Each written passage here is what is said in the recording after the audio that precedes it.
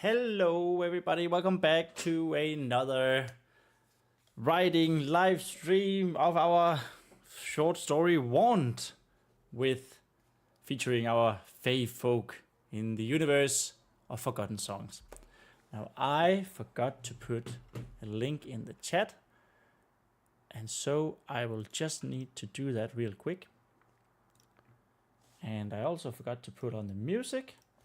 That's the music. I think the music should be lower now, which hopefully makes for a better viewing experience. I think it was just a tad too high the last time, and might have been for a long time actually.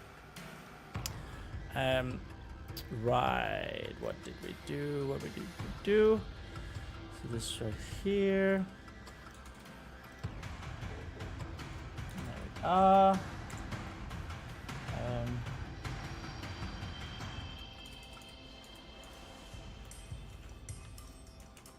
Let's just get this link out of the way. Actually, I wanna go like this, and then this, and then this, and this, and this. There we are, and let's pin that message, and now we have it. Right. So, we should be good to go now. Live stream. That's not what I wanted to say. Writing live stream. Where did we go last time? Last time we actually managed to finally finish the conversation between Carl and Dandlu, two Fae Folk. Carl is of course quite distraught. He is quite depressed. He doesn't smile.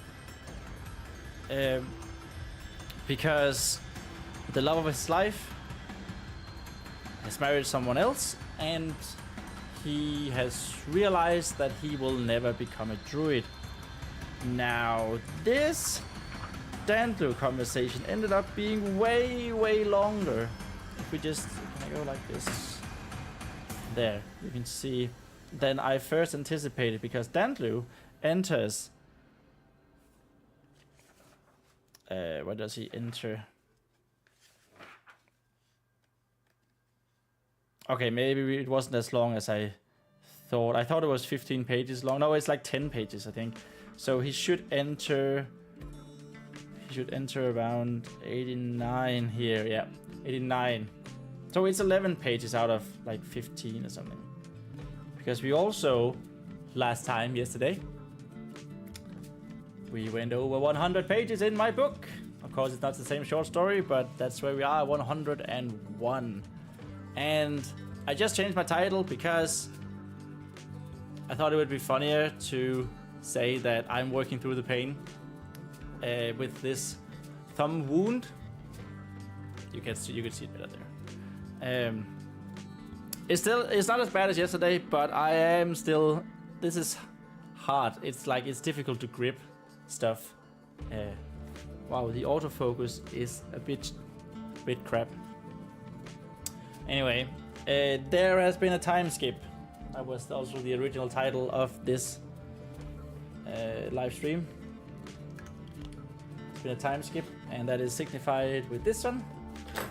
It's not a massive time skip, but in my mind it was like a couple of months, maybe 2 or 3 months maybe. And the winter revelry where it all started,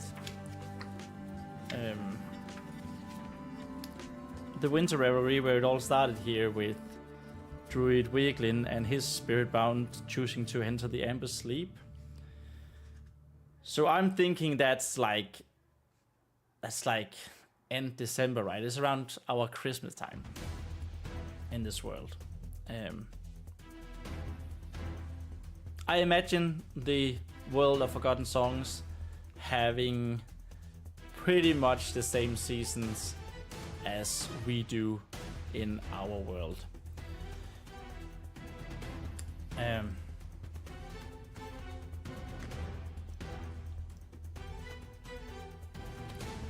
Okay, now I think the chat should actually be working. Probably. I don't know if it was before. I wonder if it was before. YouTube had just set it to top chat. Some messages such as potential spam may not be visible. All messages. Yeah, I'm not. I don't think anyone is gonna want to spam me. Oh, I don't know why I put that on actually. It's just pen writing. There we go.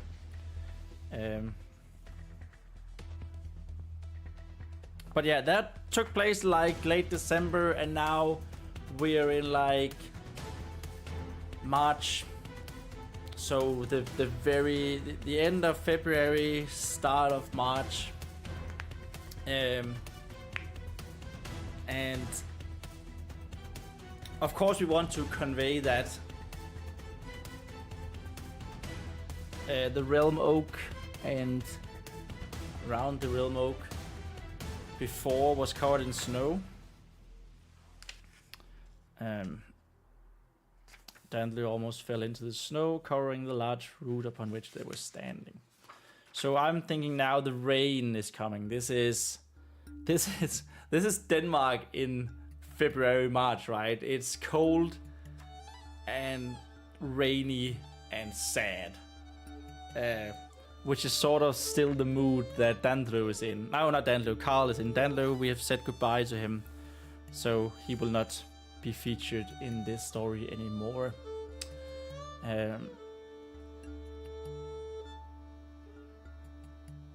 But yes, that's where we are, and that's where we will continue. Actually, let me just, if you go like this, because now we are here. We are in this particular crossing the threshold part of Dan Harmon's story circle. That is, of course, you can't see it. There we have it. That's what we are making this story from. It's pretty much everything, every story beat is put into this here Dan Harmon story circle that I've talked about a couple of times. Dan Harmon is the writer and creator of Rick and Morty, and he has this different spin, different take on the hero's journey. This is the story circle. We have gone through you. We have gone through need. Like, we established a protagonist. We have gone through need. Something isn't right. And now we're here in crossing the threshold. So yeah, establishing the protagonist is in the you, a character in the comfort, in the zone of comfort. We have Carl and his spirit bound Gwilfane around the Realm Oak. Something isn't right. The character wants something.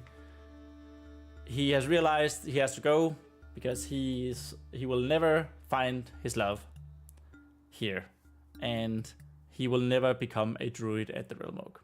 At least not right now. So he needs a change of pace. He needs a new outlook on life. So that's why he has decided to go, which is a big deal for Fae Folk. Something that I'm a little bit worried that I haven't really gotten across yet. That leaving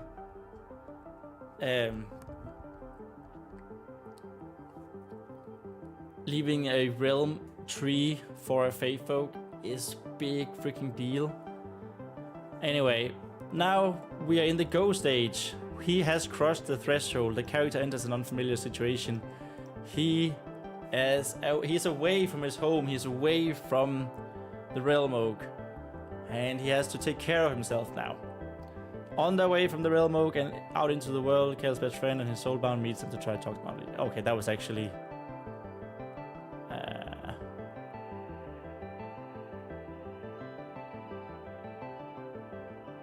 just before leaving. Okay. Wow, I have changed something up here in my mind, and apparently I haven't written it down. Interesting. That's very cool. What on earth did I write down here?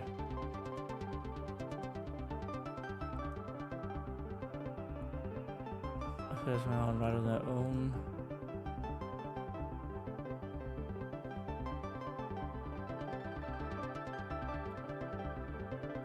Okay.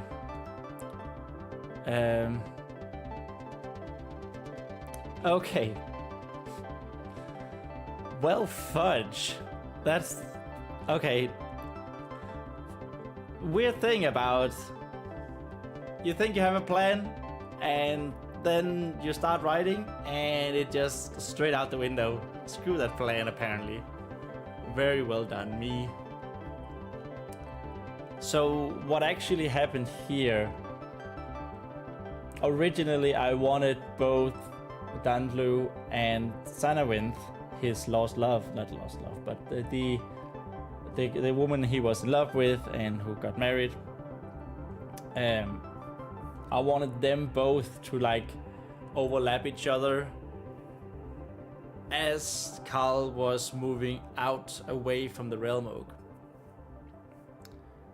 And then I changed that because I felt like it's not very fun to have like the same scene twice, right?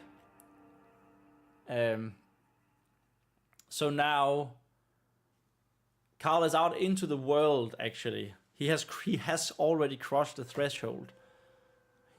So his best friend tries to talk him out of leaving. That's gonna be up here. And this one as well. And his love is not gonna stop them. This is also the wrong name for him. We changed Kyle to Carl because it sounded like Kyle. Okay, but this is where we are now. I'm just gonna go back so we don't distract ourselves. Road of Trials. Crossing the threshold. He is quite literally in a new situation. Has quite literally crossed the threshold of the Fae Folk.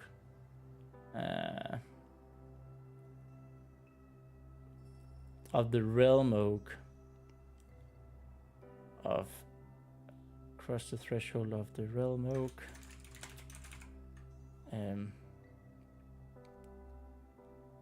Yes, of being completely on their own for the first time. And here he is going to meet his long lost love.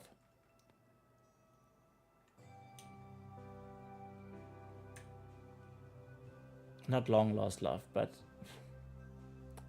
his old childhood friend who he realized he's never gonna be with. And he left without telling her, by the way. And he didn't attend her wedding even though they were childhood friends, like inseparable childhood friends.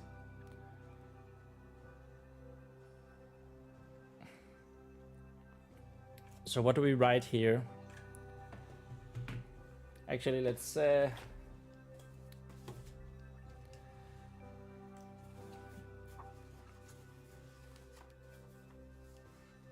go with the live stream.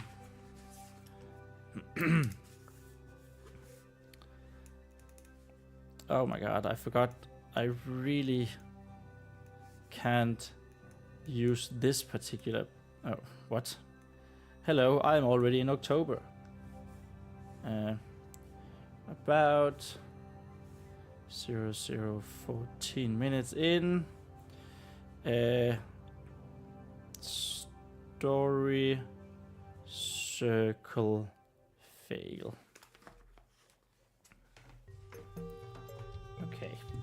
Okay, back to this. So they're in the situation completely on their own for the first time.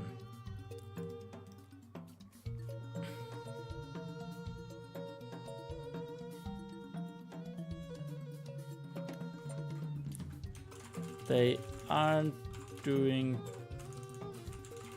too well, which has also I guess they aren't doing badly either. It's just like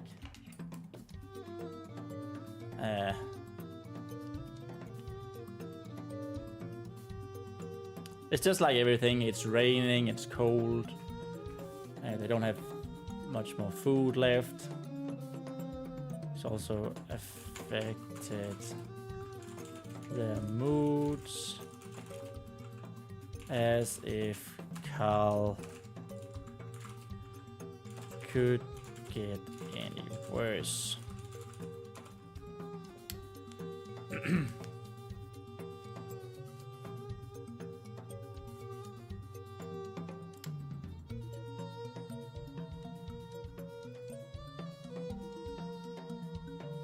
Enter Sanawin.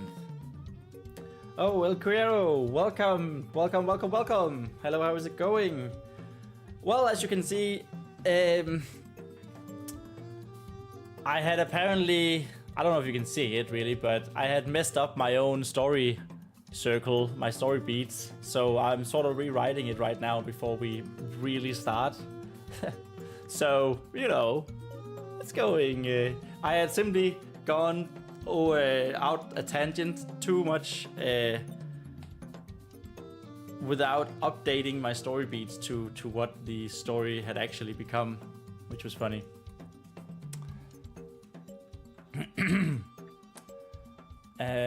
Okay, so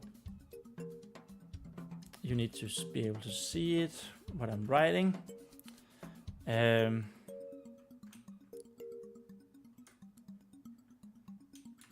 Sana Wind and her spirit bound finds the pair and confronts Carl with how he could leave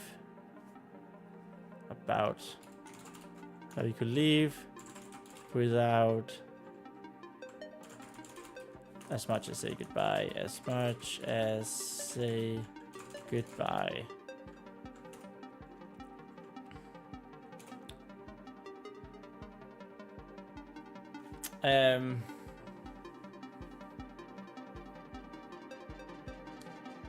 I guess we could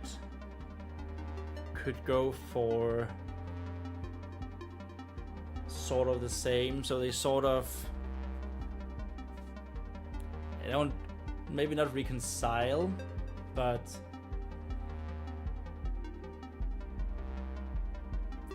they sort of like Sanawin helps. He apologizes for his behavior. Sanawin helps him move on. Like literally.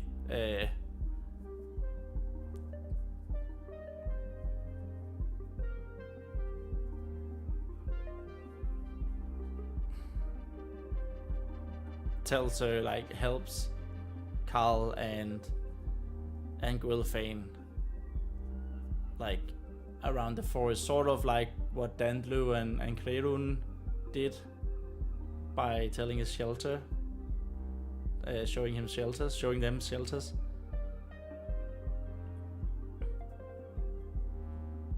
This is not gonna be a long conversation, I think.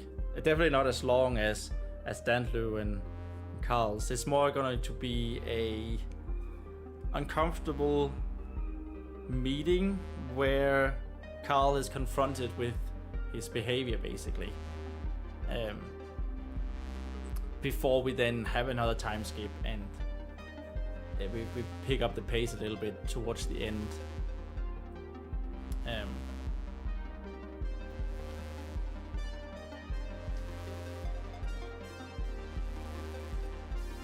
I have my average size mug with me.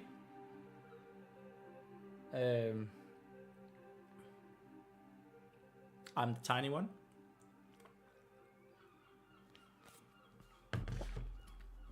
By the way, El Cuero, you talked something about your own book last night, and I would love to hear more about that. You talked about how you were close to finishing your first chapter, and I would love to hear what you're writing and how is it going while I'm still writing. I mean, if you want to share, I would love to hear it. That's what I'm saying. Okay. So here, Carl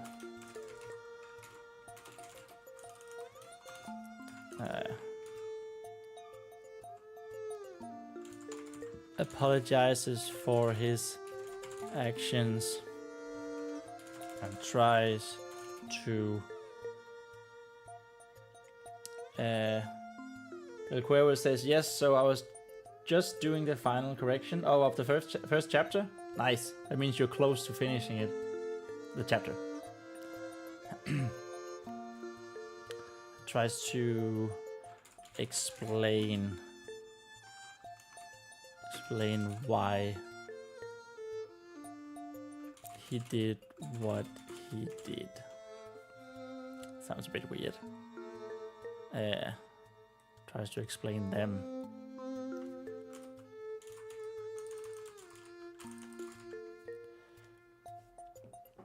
It's called Laws and Legends of the Still City.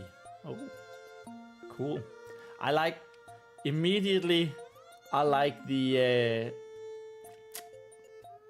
name, the Still City. That's intrigue and mystery right there. Interesting. What's it about? Or what is it gonna be about? What are you planning it to be about?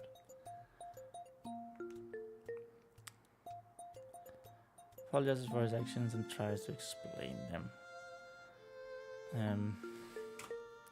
So here,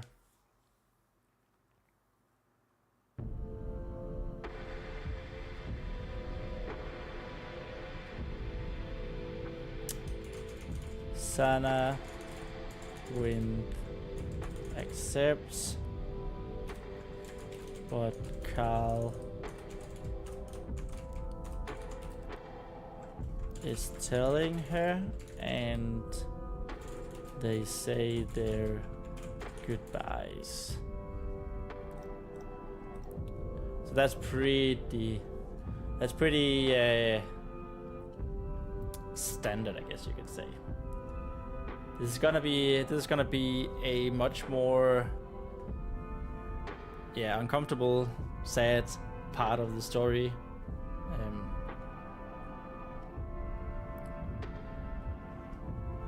About broken hearts. But I don't know.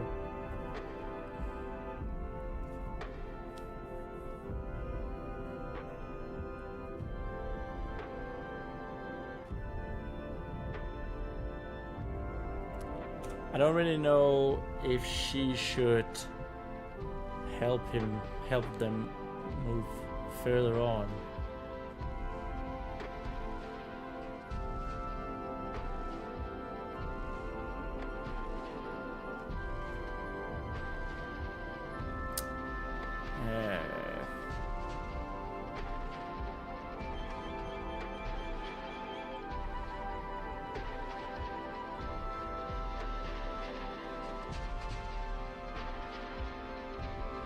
It could be fun to have, like, in the first part, it was Carl and Gwilfane who left, and this will be Sanawind and her Spiritbound leaving.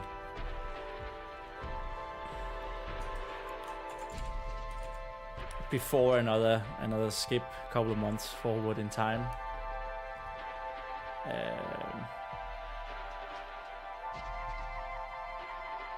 I kind of think I like that, actually. Sanawind and her Spiritbound leaves with Cal and Gwilfane staying where they are. El Cuervo de Palermo says, it's an urban fantasy set in this fantasy version of New York called Durandal, where the sky is a mirror, the public library is flooded, and calling the police is considered a suicide. Oh. Okay. That sounds cool. The sky is a mirror. Aha. Nice. And you're saying you're just correct in the final corrections of the first chapter? Sounds very nice. Do you have any idea how many chapters you're like aiming for? I guess that might be a weird question because it depends on so much, right?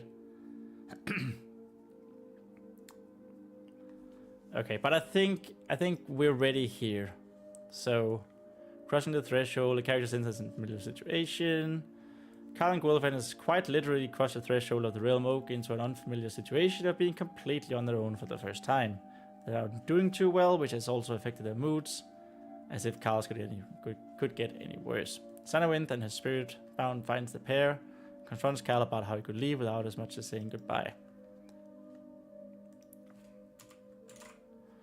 Carl apologizes for his actions and tries to explain them. Sannawind accepts that Carl is telling her, and what Carl is telling them, they say their final goodbyes. Sannawind and her spirit bound leaves Carl and Gwilfane staying where they are. The latter staying where they are. So we get this juxtaposition between Carl and Gwilfane leaving to the two of them sort of staying where they are. Okay, and now we can get back into what we really want.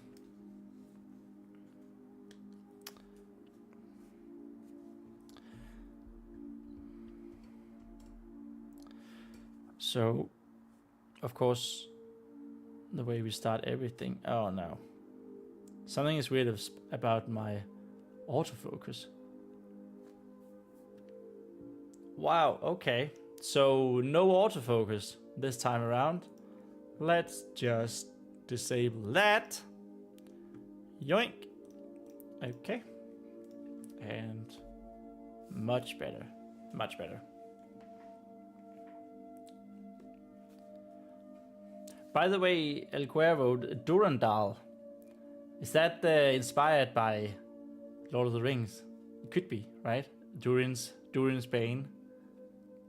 I love inspirations like that.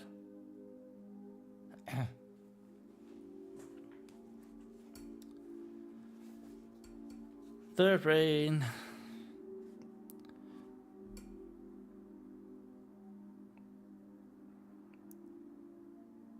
The rain came. Oh, god damn it! I was kidding. It's also uncomfortable holding this pen and not just the other one. The rain came flooding down.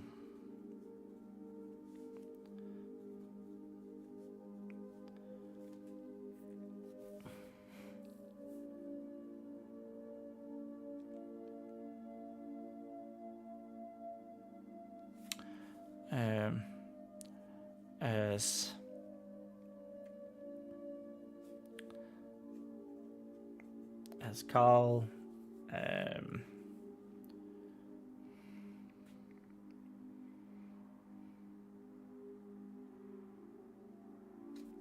Carl came back with whatever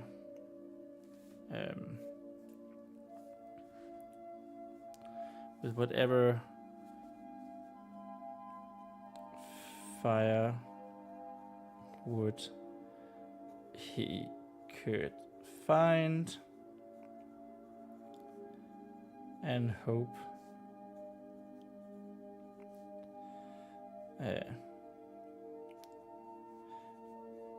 to somehow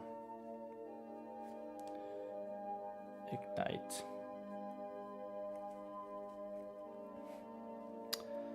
He wasn't really any good though.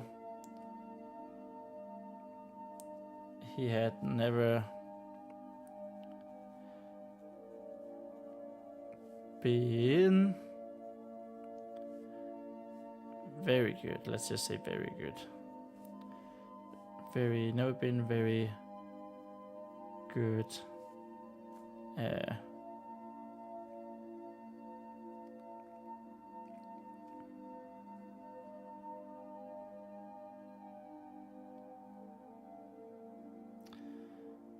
He had never been very good at survival.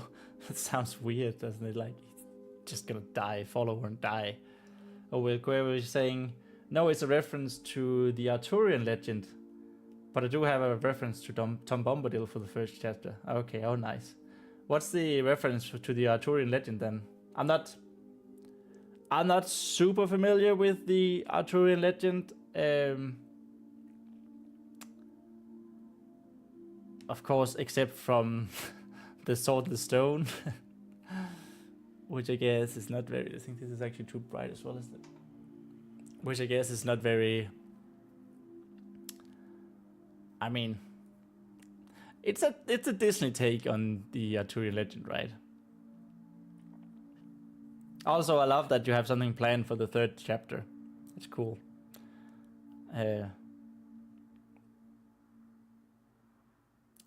Yeah, I'm walking around like sort of not managing, but thinking about a book I want to write, like a book and not short stories. A sword called Durandal that Percival, one of the knights, has. Ah, nice. You know what? That's a perfect way of establishing that we are in a fantasy setting now, right? By using stuff from folklore and legends. It's very cool. Well done. Also, a Durandal sounds cool. But yeah, I'm sort of walking around thinking of starting a book whenever. I'm not sure if it's going to be after this short story or after the fifth one. The biggest problem with if it's after the fifth short story, that's not gonna be until next year, and I sort of feel like I could use a different change of pace. Because it takes a lot of work, background lore-wise, to do these short stories. You know, coming up with religions and culture and where they are in the world and so on.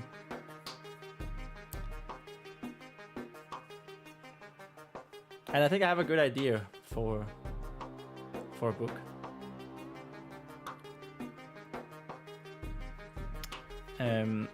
It's actually gonna be a trilogy. I have like the frame for 3 books in a trilogy. Oops. In my mind, I have it written down as well. But I haven't really gone too deep into it.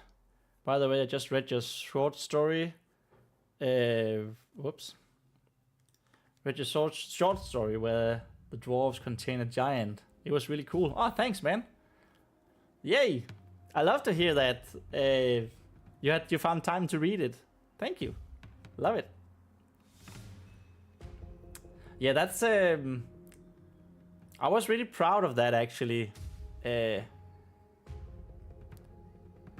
Because the whole dwarves trying to contain giants, that's their religion, you know? And the giants being mountains. I was very, very proud when that sort of came to me, the connection, because dwarves are always in fantasy. The stereotype is, of course, the mountains, them living in mountains. But why are they living in mountains? Could we make some religious aspect out of that? So nice. I'm very, very happy to hear that you thought that was cool.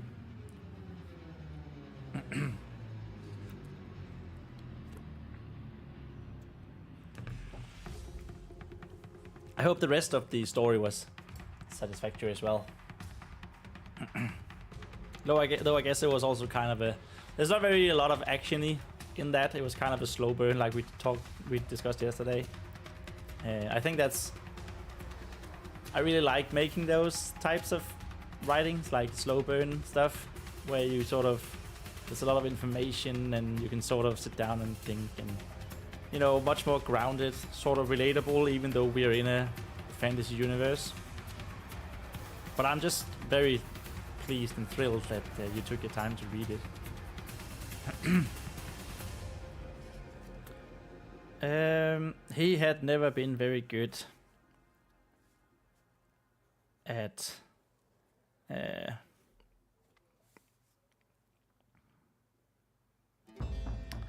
living in the woods. Good during the survival training. Training.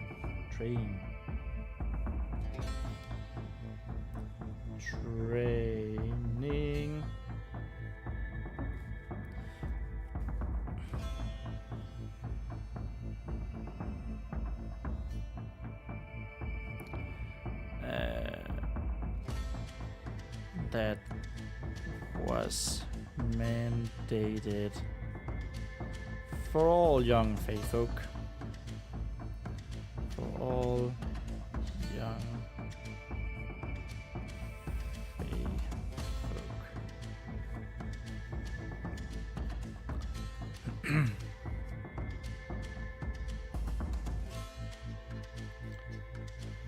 Especially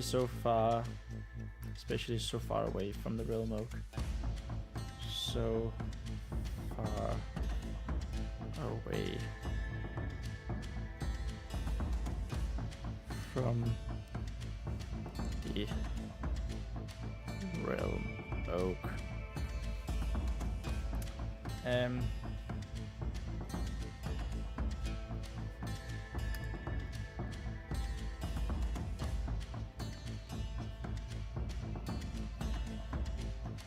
It had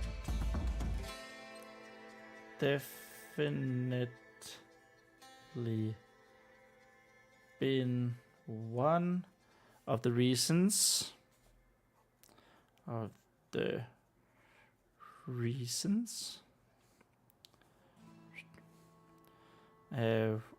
why he had turned down Dantlu's offer.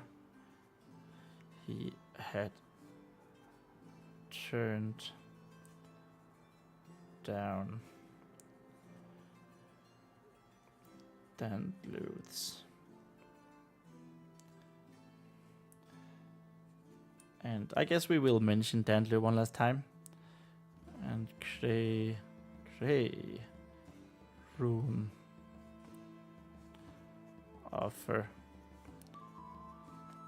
to join the Ironbarks.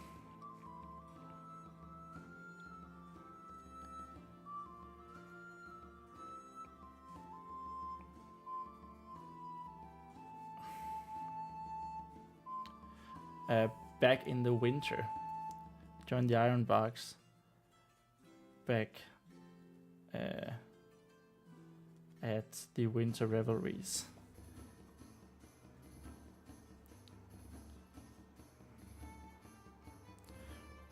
Revelries.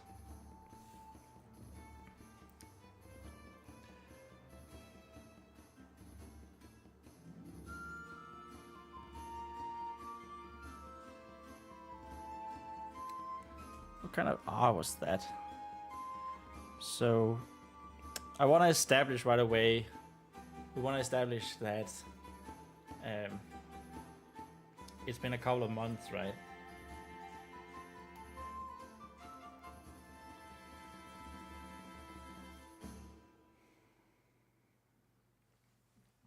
Join the Ironbarks.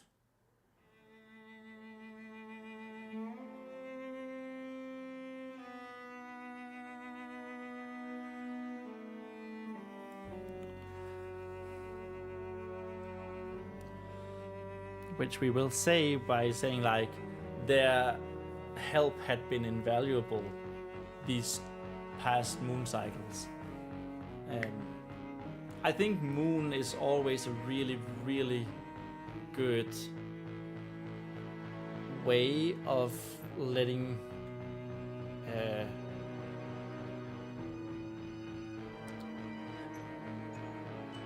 it's a really, really good and intuitive way to let someone know that a month has passed, a moon cycle. Everyone knows what a moon cycle is, and you know, it sort of makes it so that the fantasy world is not too far away from our world as well. And of course, the whole cycle thing plays right down into the great cycle religion of the Fae Folk. Embarks back at the winter revelries. Their help had been invaluable,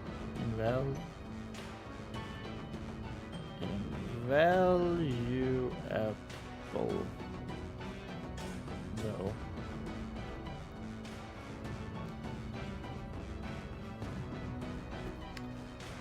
As had it not been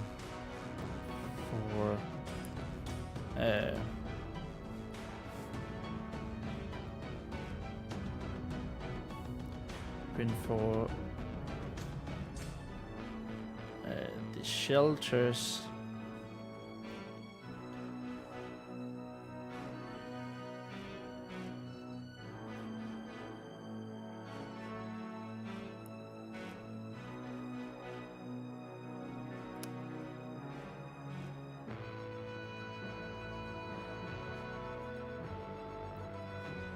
Carl and Gwilfane.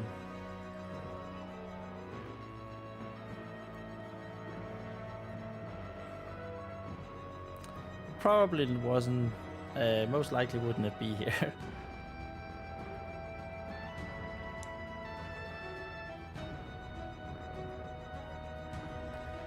Might not have come this far.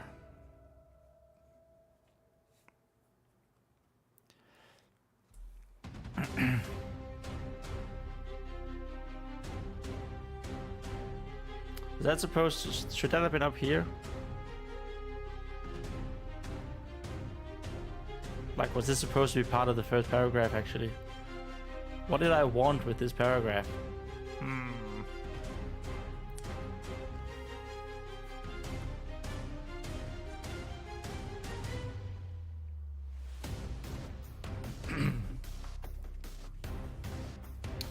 What did we want?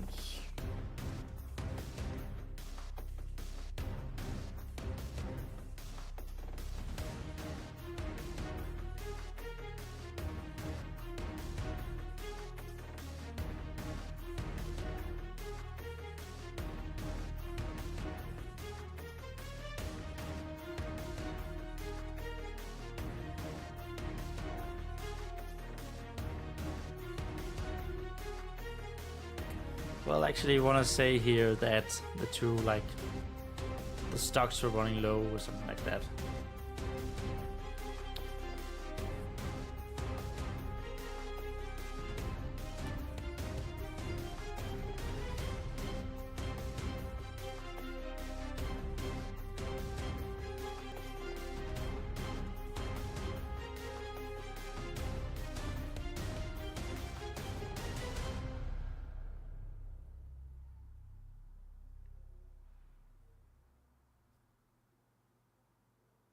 So they're like,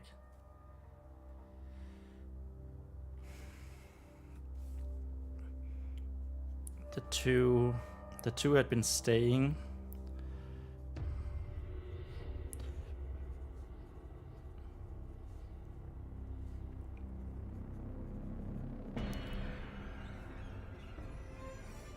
Now, of course, we also want to mention that they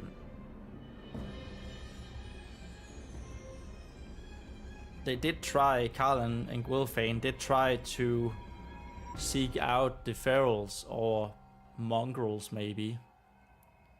I think we're calling them ferals for now, just to be consistent, and then we can change it up in the revision phase if you want. I feel like mongrel has a real bad term, like derogatory tone to it, where feral is much more they're just wild. Just wild.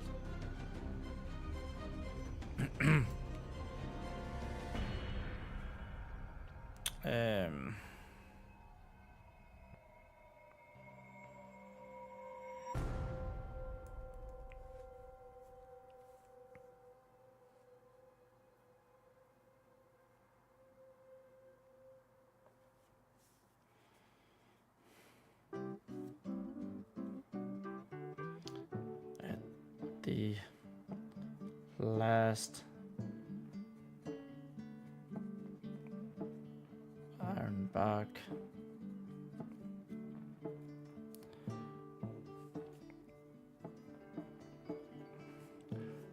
let me just see something.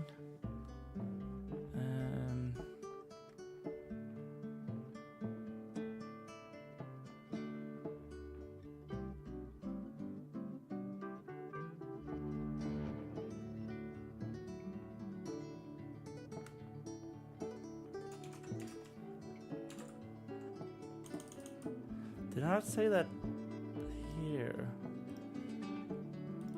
Sorry, I'm just trying to find something. I'm not sure I want to show it just yet.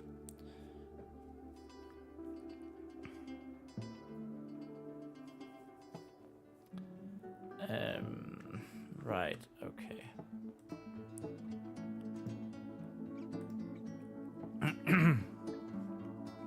Okay. It was just that I had this idea of druids, the Fae Folk druids, raising stone cairns, big, large monoliths to sort of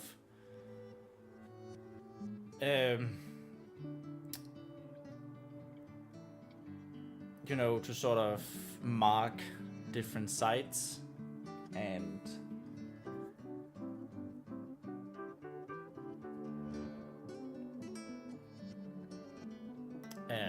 places of importance, religious sites, and so on.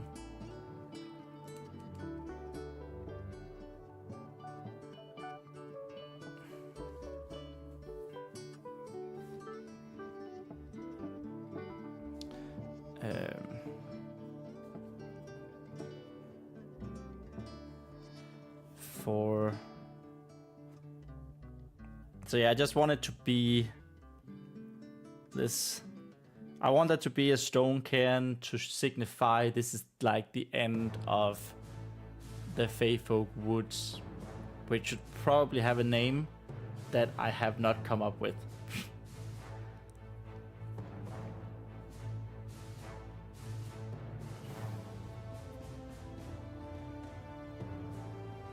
And like that's also something that signifies to other races. If you go past this stone cairn, we're gonna mess you up. Right? So it's going to be like a kind of scary looking totemy stone cairn.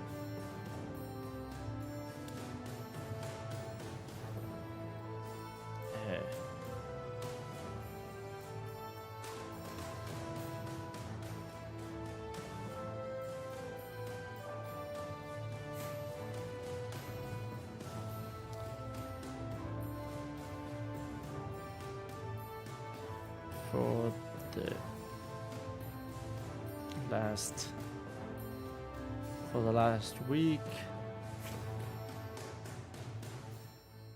Oh, for the past week. I don't want to say last twice in a row. Now it says plast. For the past week.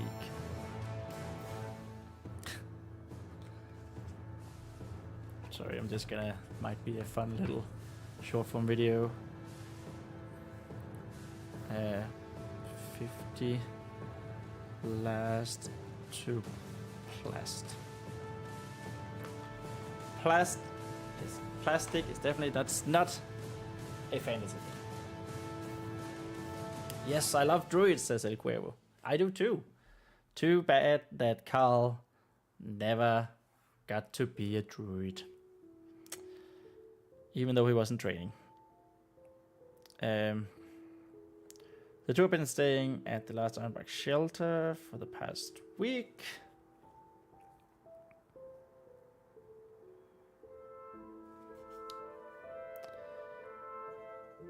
And supplies had started to become an issue.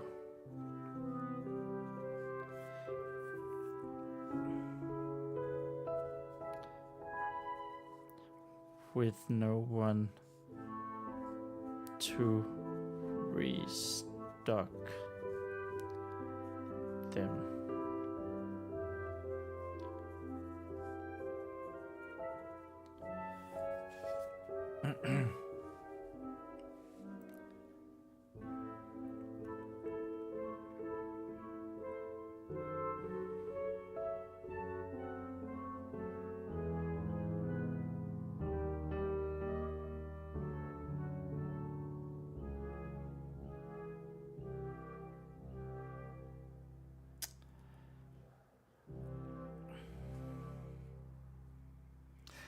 Yeah, so this is also like to say that Carl is a little bit of a, you know, he's a bit shit. He can't do a whole lot of stuff without outside of his druid training. Oof, I need another word for glove. Well, let's find that, shall we? I love the thesaurus. And we may not find the perfect word right away, but the fact that you can just sort of click and delve deeper into a word is great. Noun, hand covering for protection and warmth. A mitt, a mitten, a gauge. I guess that's more like bandage. Gauntlet, do you have if that's an armor? Mitten was there, muff. A muff. Okay. Related words, call to arms, calling to arms, catch, catches, gauntlet. Yeah. What if we try gauntlet here? I don't know, what's the context of the word for glove? And why not just use glove? Sometimes simple is good, I've realized.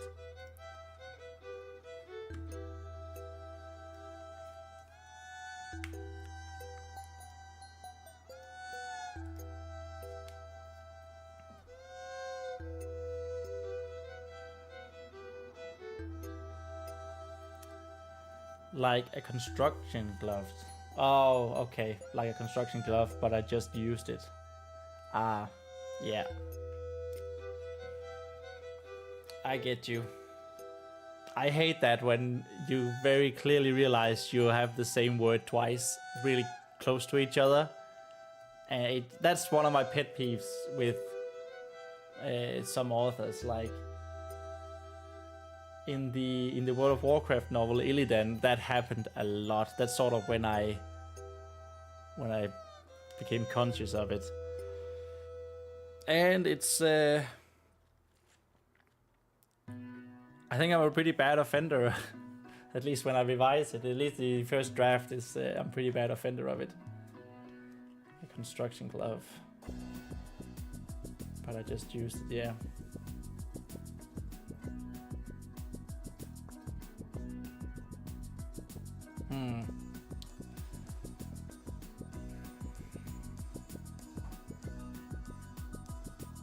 Is there another way you could phrase it? Or could you change the first instance that you've written it in Cuervo and then use glove this second time around?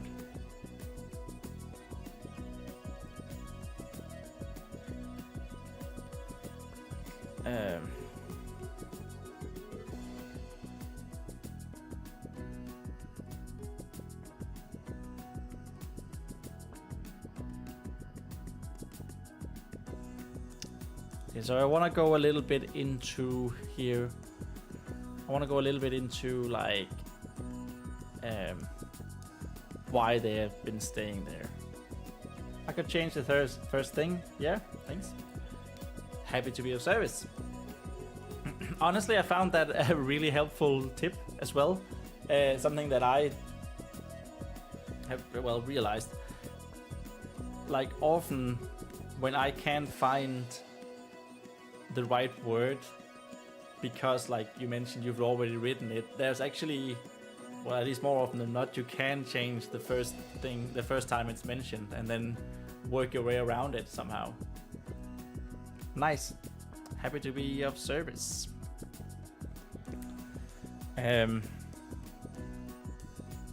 So yeah, we want to talk about how I want to talk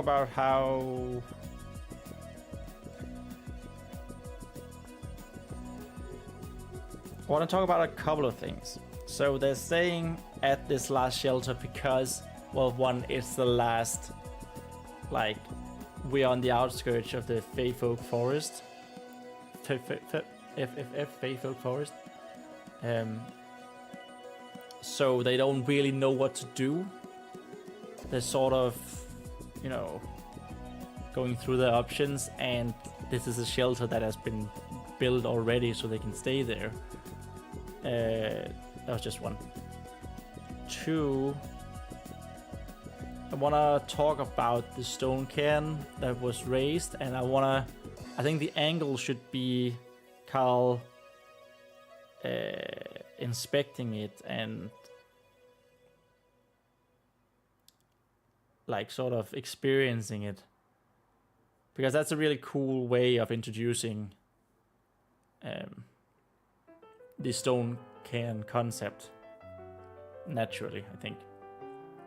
And then I want to talk about Gwilfane going on the hunt. Fae Folk is very much a peaceful, unless you cross them, unless you destroy nature. They very much, they don't hunt, they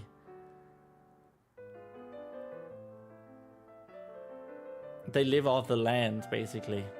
And then you have Gwilfane, who's a wolf, and he needs to hunt. And I wanna show that this has been a little bit of a problem, but it's sort of a problem that was accepted because that's just in the wolf's nature. So that's the sort of three things that I want to get through, I guess. Whoops. What the hell did I do? Just bashed my camera. I did not mean to do that. Okay.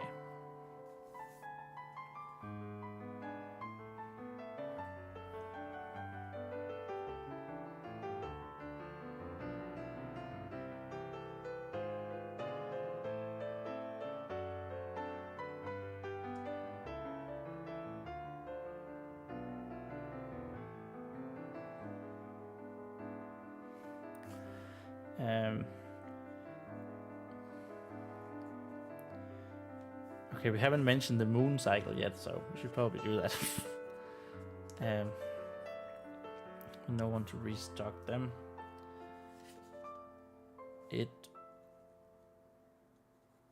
might not be winter anymore.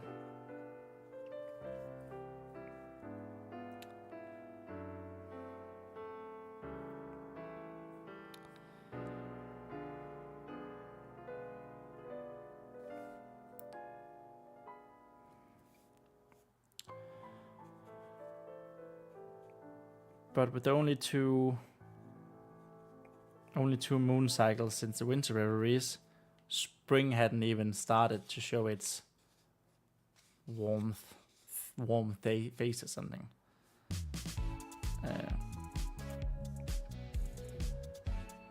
Only two, not the number, 2 moon cycles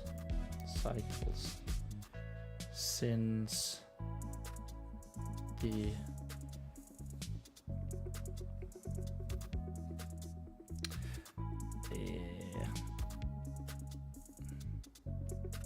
Now I'm running into the same problem, El Cuervo. I want to say winter revelries, but we just wrote it up here. It's gonna stay like that until we revise it, but we will I'll probably just delete that, honestly.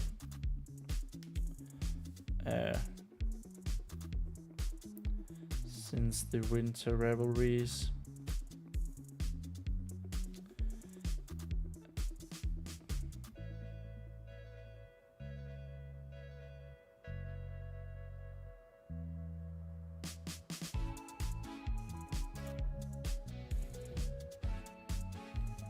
Yeah, I was just thinking.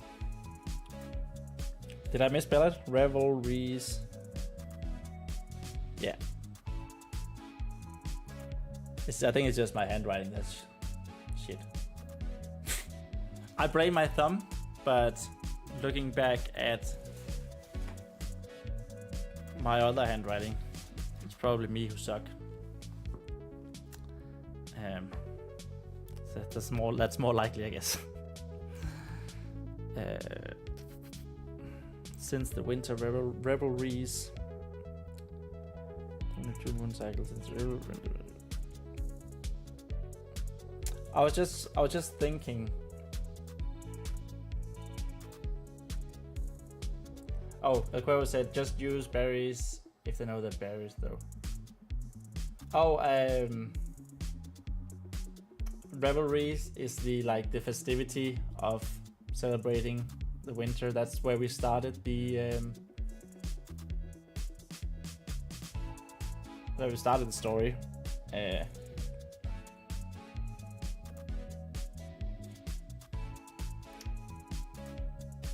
I don't really want to go too much into the survival aspect.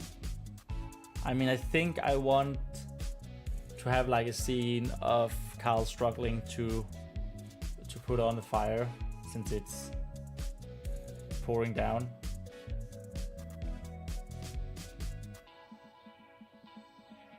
Well, might not. Maybe that's too much simple comedy. You know what? Oh, that's what you meant with revelries, right? Since the revelries. Yeah, that might actually be a good idea to just delete winter. Yeah, we're gonna do it, thank you. And sorry for misunderstanding you the first time.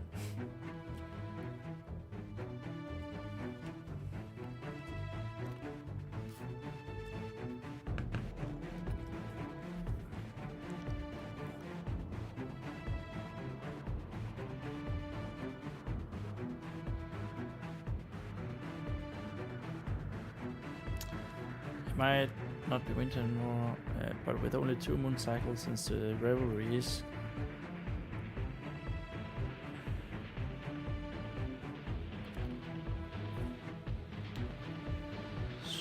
Spring still had yet to show.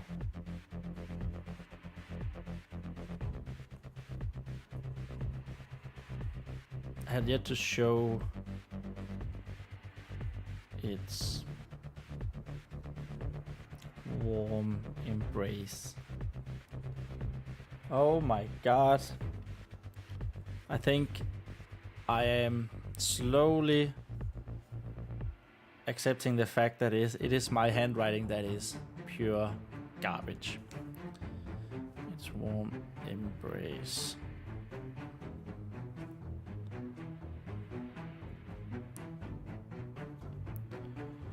Wow, so many errors right now.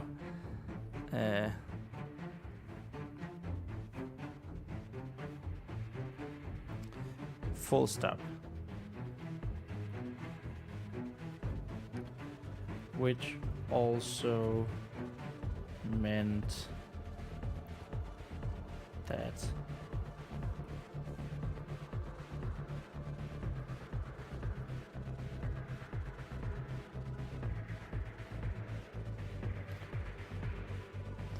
any food left in the forest was scarce.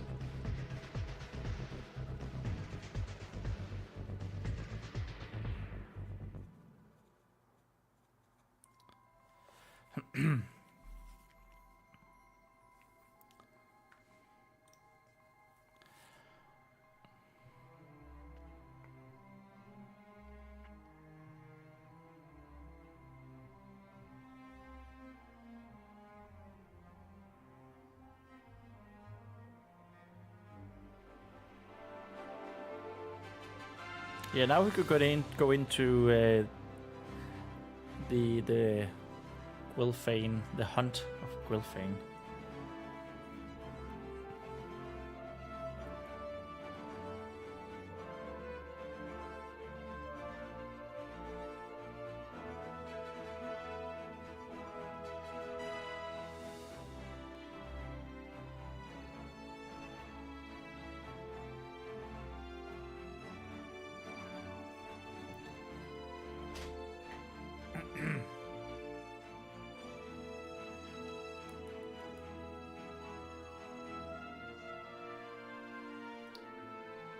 How do we want to go about that?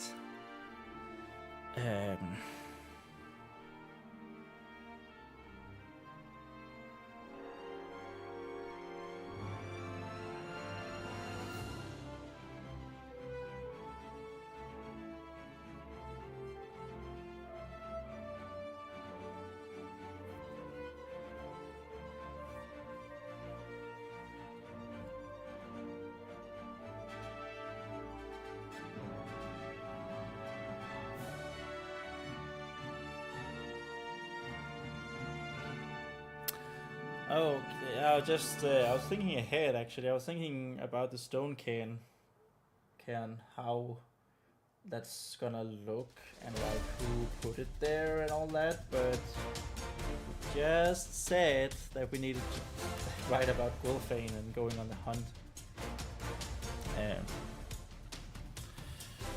So let's do that first. Gwilfane.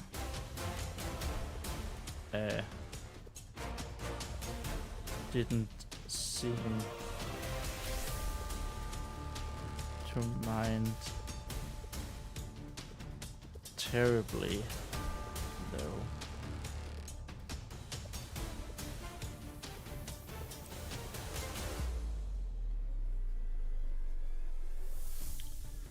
While he was used to the traditional Fae Folk diet,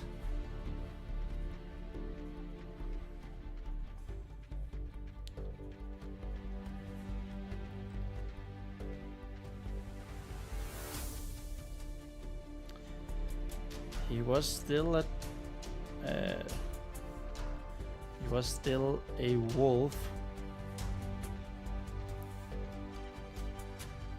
and a wolf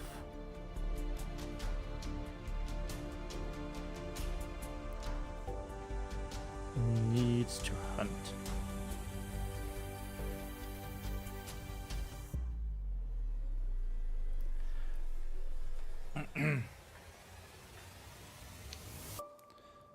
Something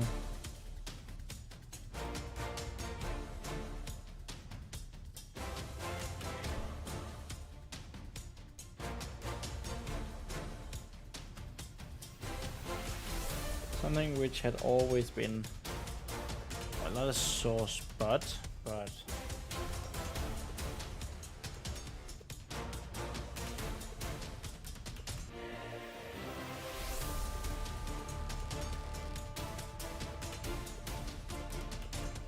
how do we want to phrase it?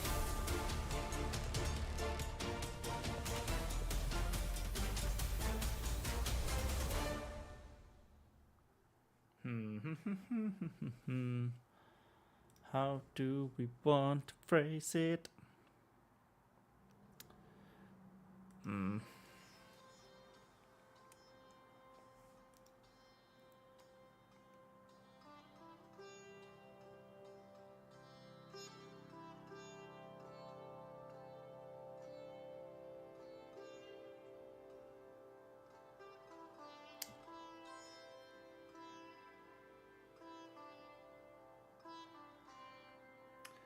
Okay, so I was going to say something like, I think I need to think this over. I was going to say something like, it was a sore spot for the life worshipping Fae Folk, but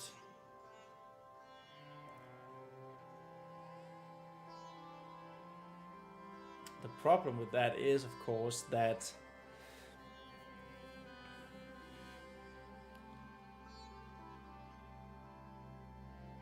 death is a big part of the great cycle, right? It's a big part of Fae Folk culture and religion.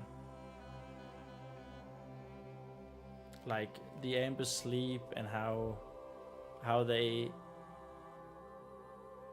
decide themselves when they want to do that.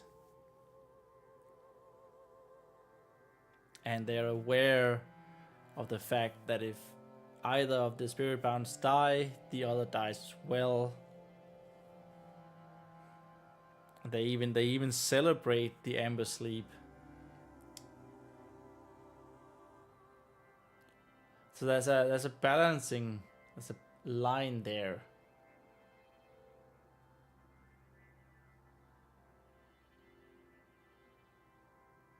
Like, I can't say that it's frowned upon.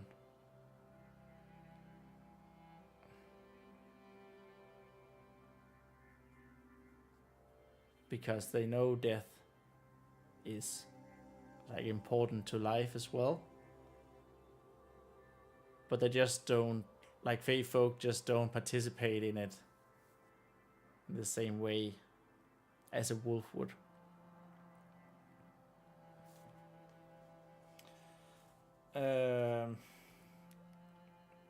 I don't know if I'm just rambling right now, but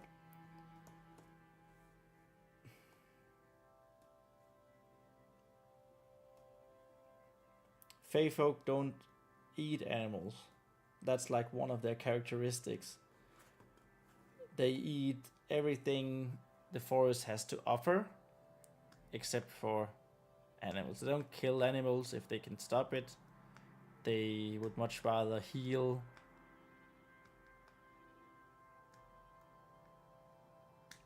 and celebrate life.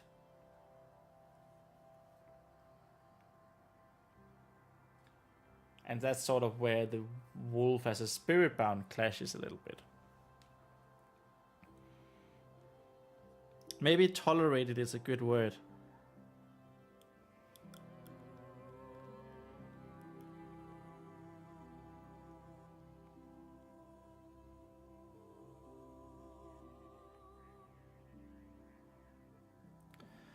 Yeah, I think maybe tolerated is a good word. Then how is it gonna go? Well, yeah, that's like what I'm thinking, right? So he's going to go hunting. You can draw conflict from that. Yeah, that's what I'm trying to. Well, I don't want it to be like a big conflict, right? I want it to be. I wanted to say, like, now that they are away from the realm oak, he's like, he can just go hunt whenever, where before it was much more of a when it was a necessity.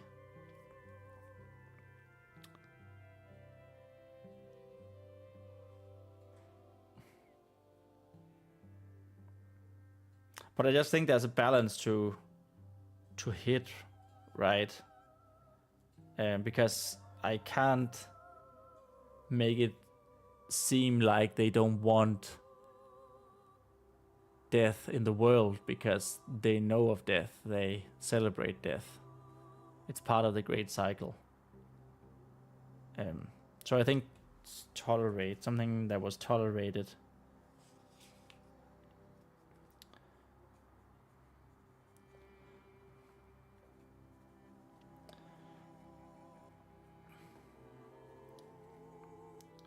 And this might be something that I want to expand upon when we revise it. It might be a plot point that we want to expand upon, but right now I don't think it's that important of a conflict. But just important enough to note that it was a conflict, right?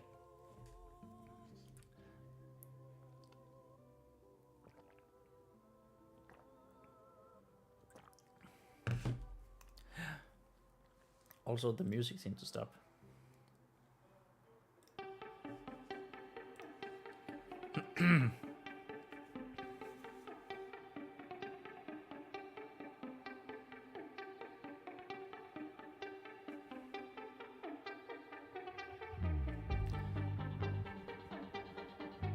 Back at the Realm Oak, but not much more.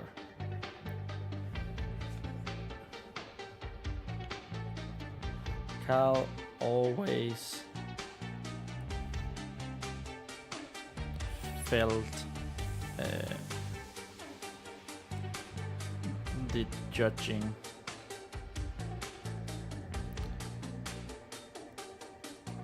gaze of other Faeans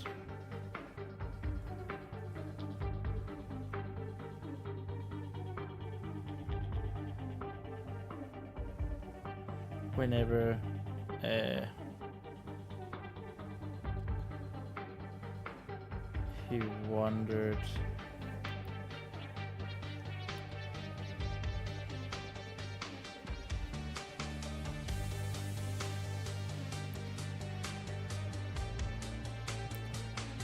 he wandered around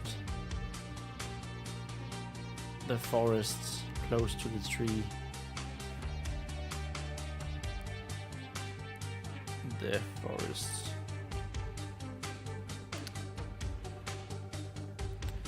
close to the tree.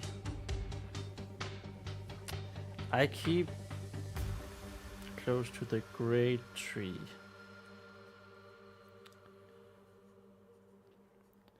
While Quill was hunting.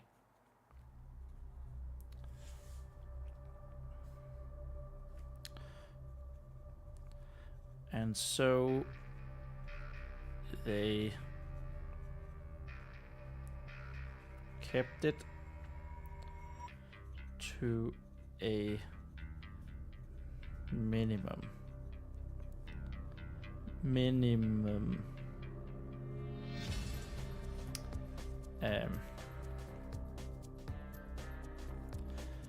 But out here,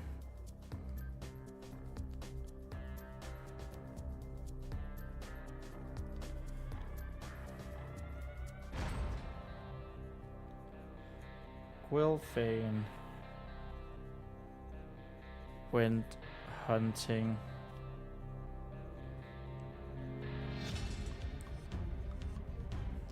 whenever he felt like it.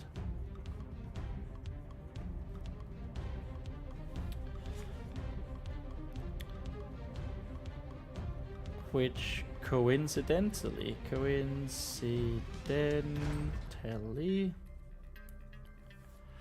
also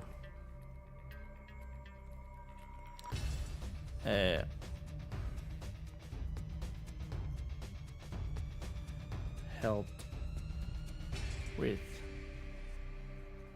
their food concerns.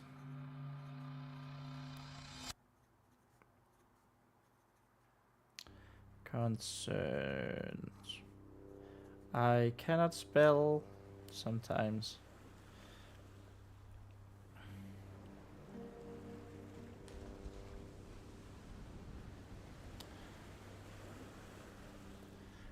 Carl's. Oops. Actually, I want to go into the next paragraph. Carl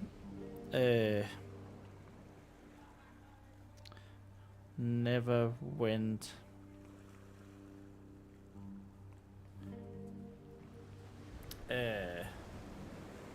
never joined his spirit bound though.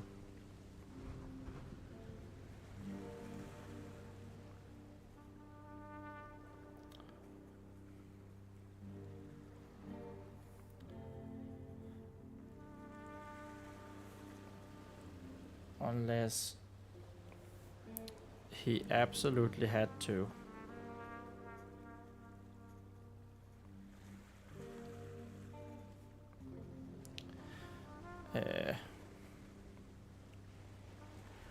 This is actually a good place to like naturally. Did we mention that last time? I don't quite remember, but naturally talk about like there's a set distance where the two spirit bounds can be away from each other without the bond snapping and the two of them dying.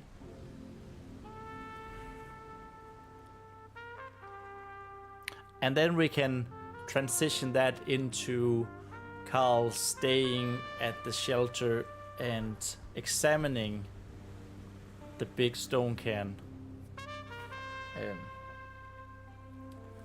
Yeah, I think that worked out pretty well.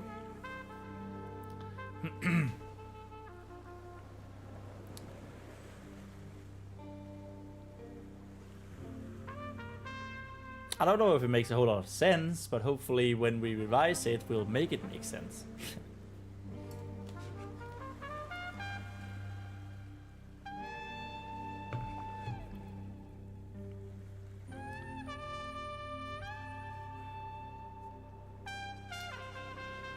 In order to make sure. I'm not sure that makes a whole lot of sense.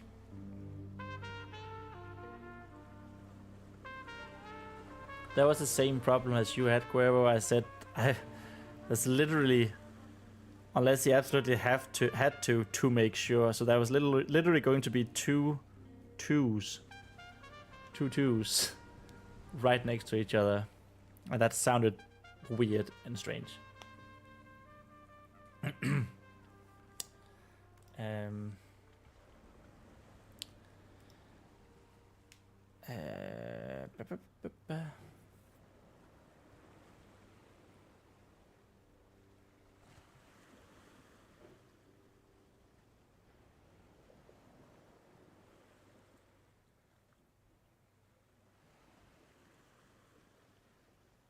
Yeah, we'll keep it and change it if we have to. Unless you absolutely had to, in order to make sure.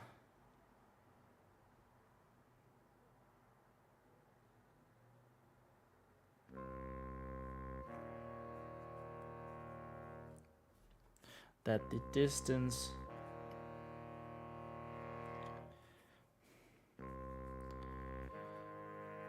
between them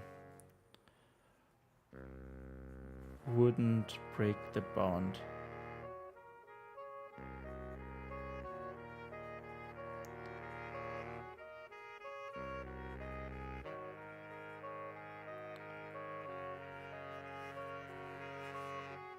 Can we say it like that?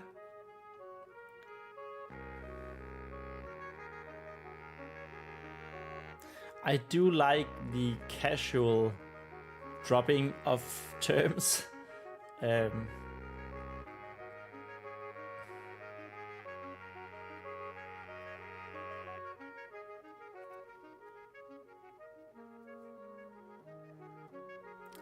do think that's the sort of thing that makes the world more believable, right? To some extent, that you just sort of drop like the realm oak, and you just like, of course you know about the realm oak, you know what it is because this is the world we're in. So it's just really casual. It's not really necessarily much explanation or exposition to it.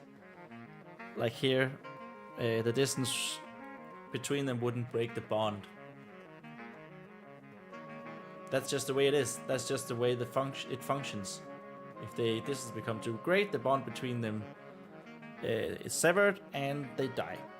Of course, we're not going to mention that they die, but sort of like we want the reader to speculate as well. What happens if the bond breaks? Right? I guess they could and like, can they infer it from something else that we wrote? Because I think we wrote about it earlier yesterday. What happens if one of them dies, the other one dies as well? So just casual dropping of, it's gonna break the bond. Distance is gonna break the bond. And that, I think, makes the world more natural and more real-worldy, like. Nailed it.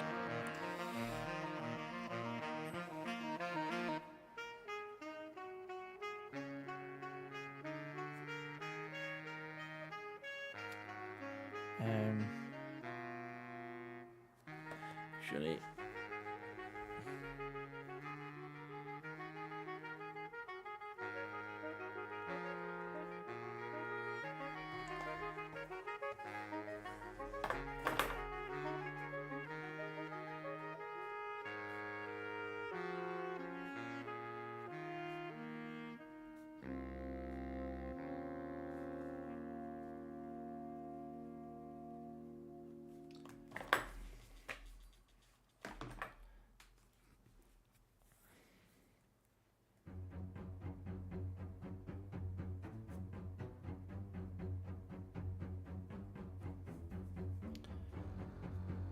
instead,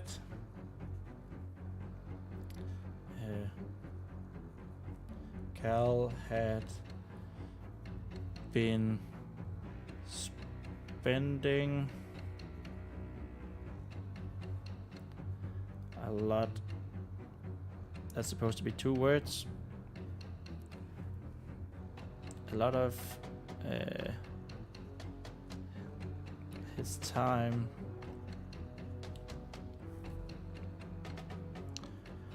examining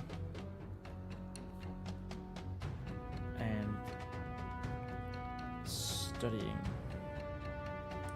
Is that the same? Might be examining and studying. It might be the same. Examining and studying. Same.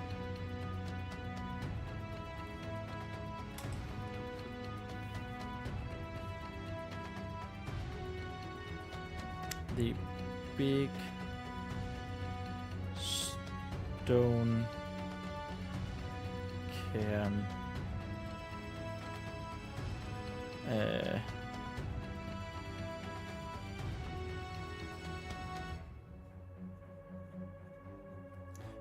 Near the shelter.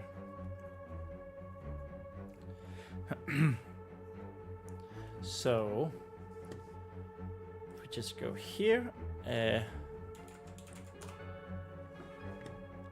if this is a cairn, a stone, human-made pile or stack of stones arranged with purpose, horse mark as a burial mound. The word cairn comes from Irish.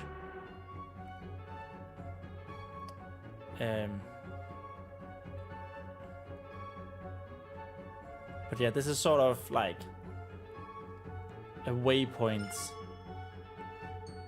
It's a waypoint or a marker of a religious site, and that's what he has been examining, and it's supposed to look like something, right? It's this one is supposed to stop people from entering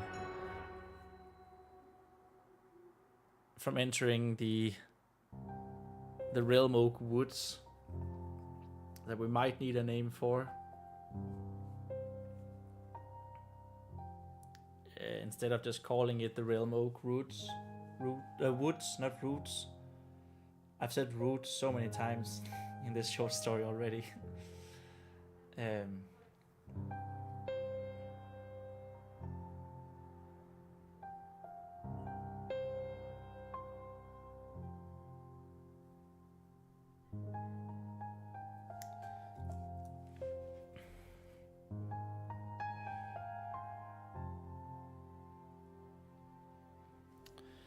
Yeah, the cairn had been raised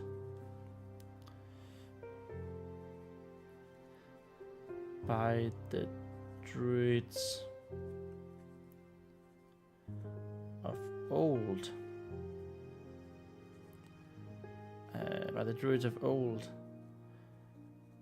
Maybe even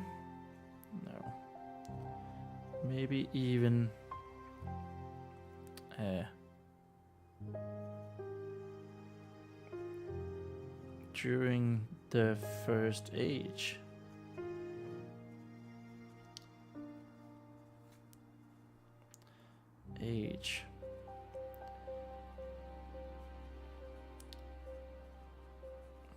Cal had to guess. I actually kind of like that as well, like that we keep bringing up the ages.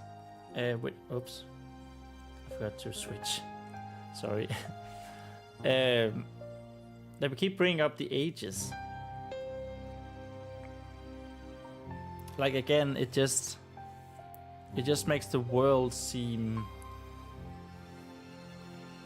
bigger, and that there's more to it if we don't explain everything, and we just you just have to know it.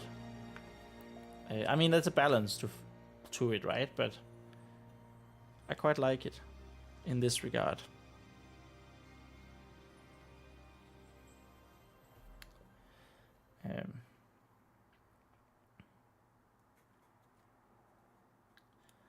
Having never ventured so far away from the Realm Oak before. And that was the end of the good old page 101. So we're going to page 102.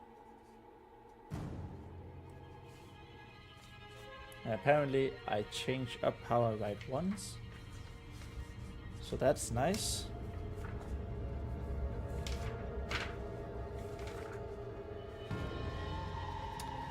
I'm pretty sure I was pretty sure I always do the little thingy there on the ones to separate them from sevens. I'm gonna do it now. just blow on it. Right, 102.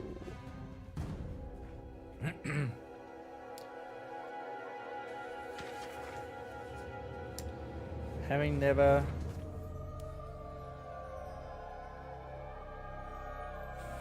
ventured this far away from the realm oak before,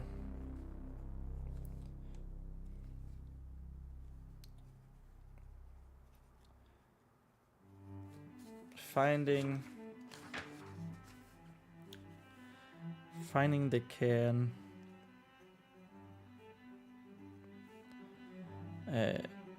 had been another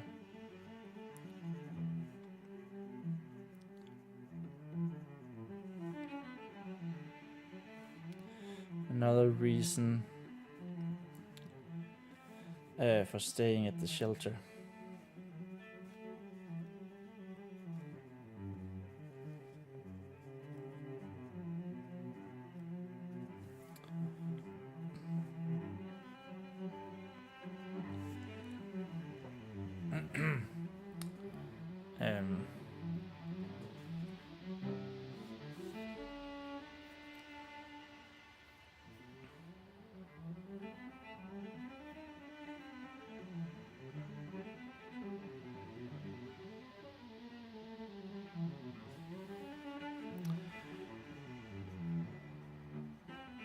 The other reason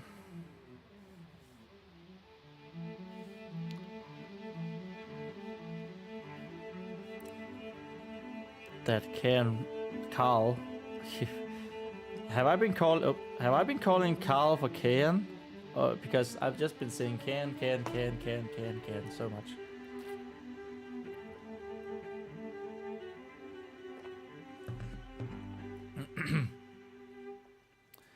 The other reason that Carl didn't want to admit,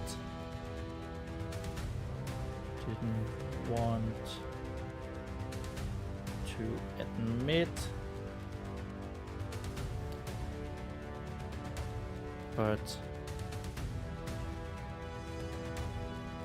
Wilfane already knew,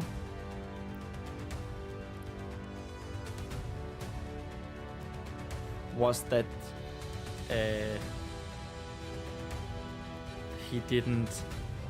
Carl didn't know where to go next.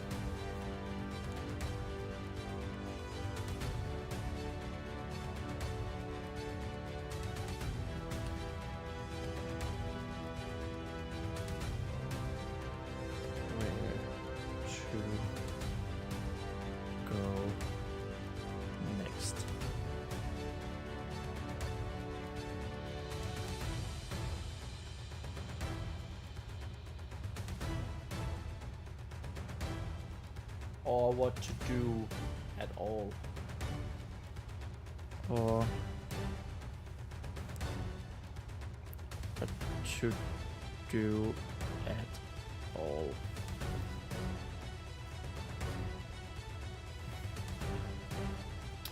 Actually, I just realized what we need.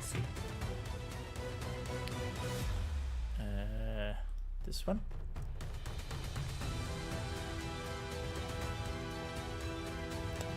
We need to send Carl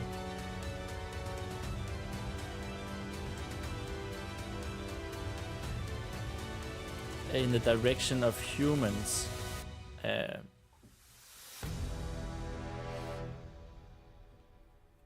Given that was one of the things that he would like to see for himself, it was the humans, and Dantlu really hated them.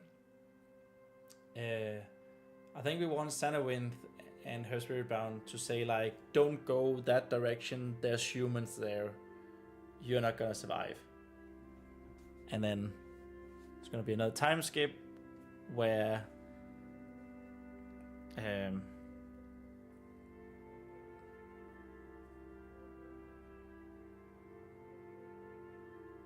where Carl and Gwilfane has actually been to see the humans. That's the thing with it. With a warning of humans near. Yes, I think that can work.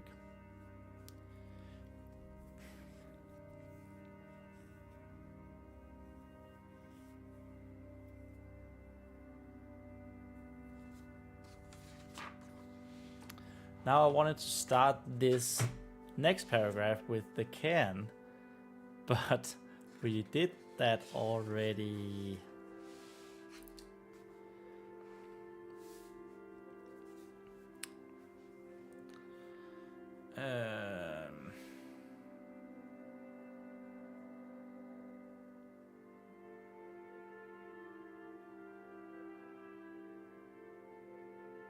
So we want to go. We want to describe the stone can now.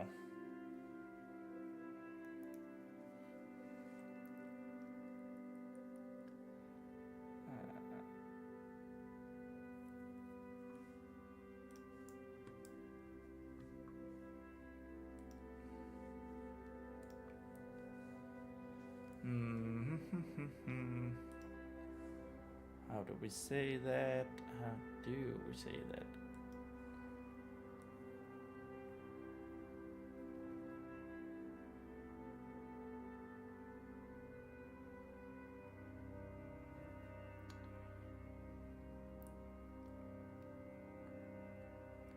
Does the can need to be pile a stack of stones?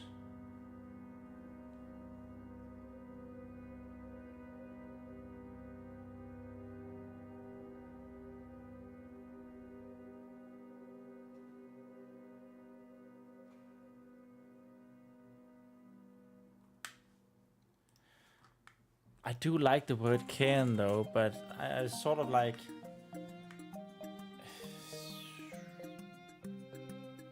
I sort of also want it to be... Damn it, I hate this ad thingy. Fudge.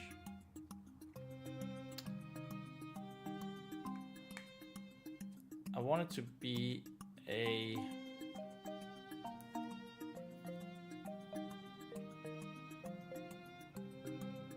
like a, it could be cool if it was just like a raised monolith or obelisk or something. Yeah, we have it there. Monolith, obelisk.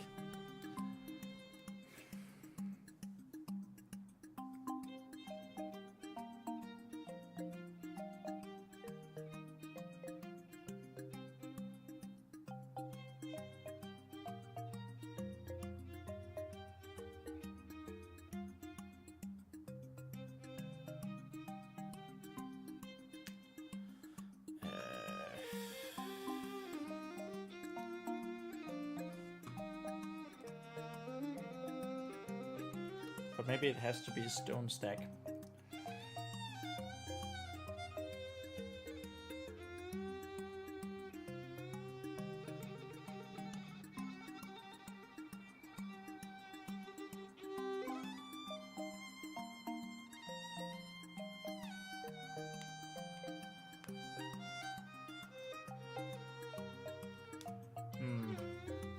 My brain seems to have stopped working. Classic.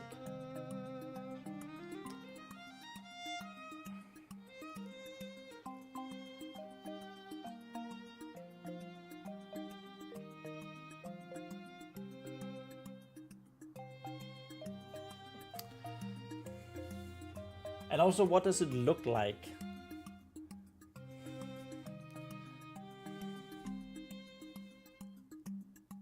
I kind of have this idea in my head of like a totem pole almost, without it being totem poles. Totem poles were of course carved from wood, but you know, where you have different animals or different depictions going on.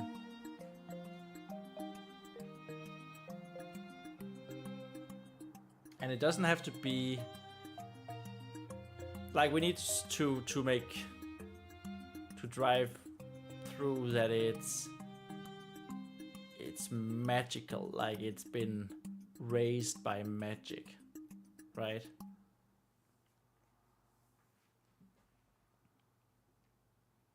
So it doesn't need to be. It doesn't need to be like what would you call it?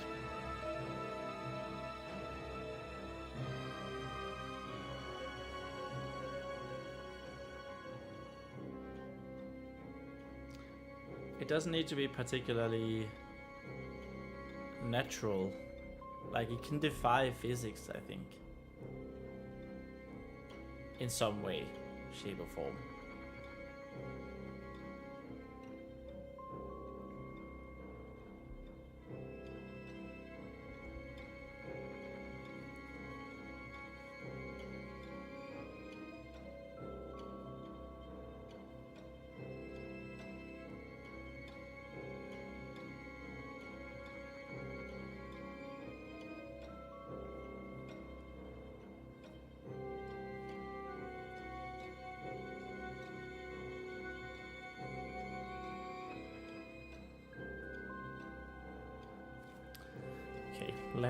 Let's get to it. The stone stack, the large stone stack, large pile of stones.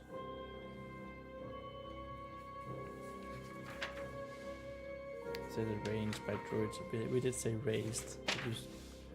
We said it already had been raised by the druids of old.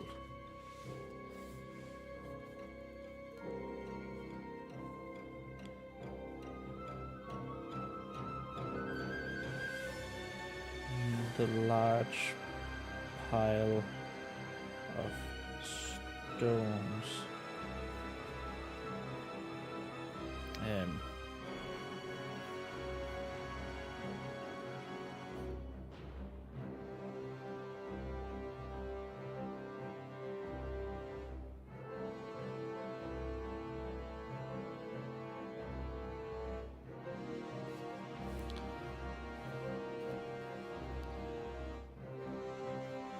Was much taller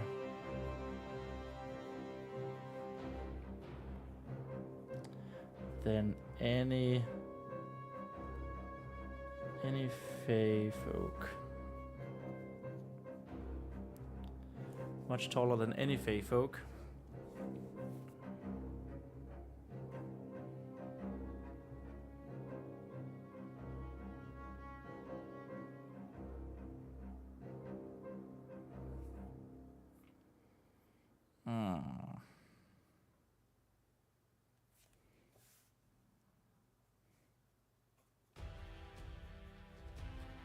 Taller than a human even.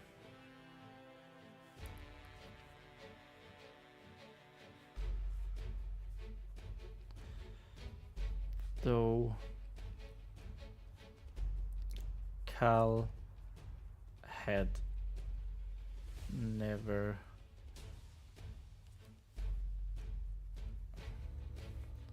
had only ever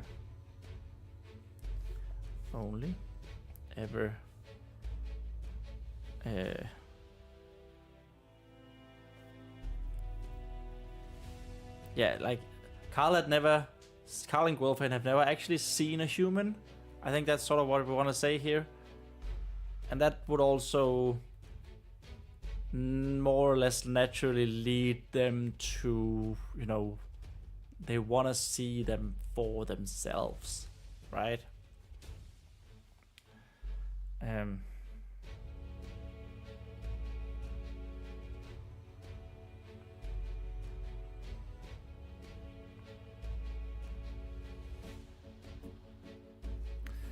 I only ever been told about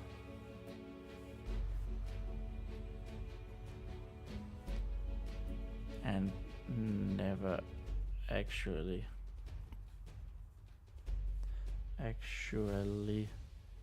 seen one for himself. Can I just mention that apparently I just stopped making E's with the little space in between. Well done, handwriting. This is bad, man.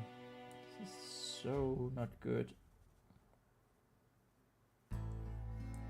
There.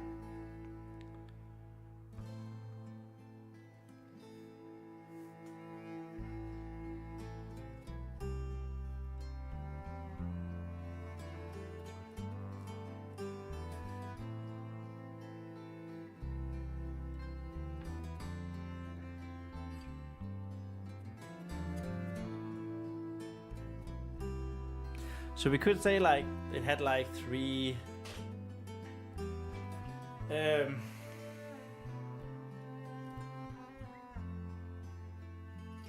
like maybe no, I just said three just to say a number. 3 animals, like it depicted 3 animal spirits, all warnings to anyone who would enter.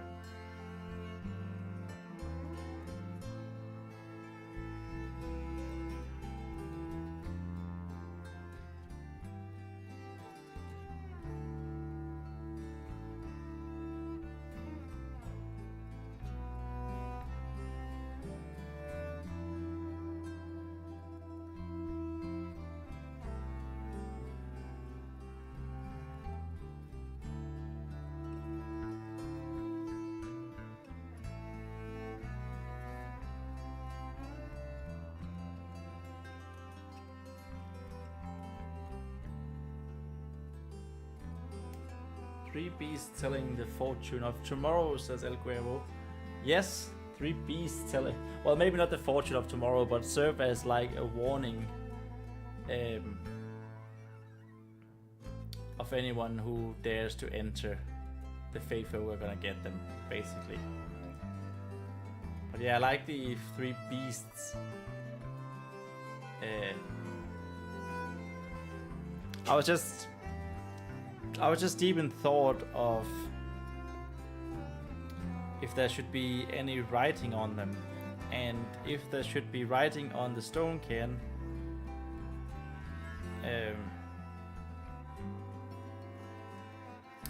I don't think I've settled on what type of writing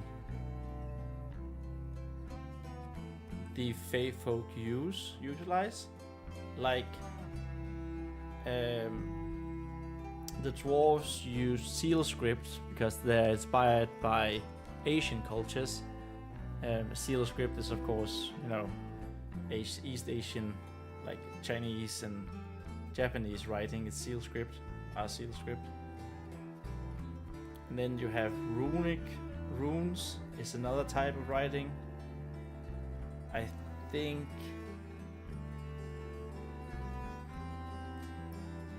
think dragons had runes, but I don't remember if that was actually in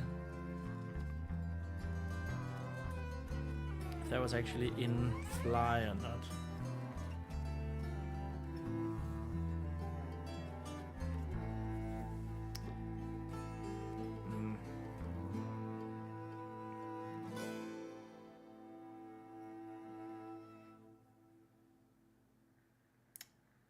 But yeah, the 3 beasts of warning. It could also be like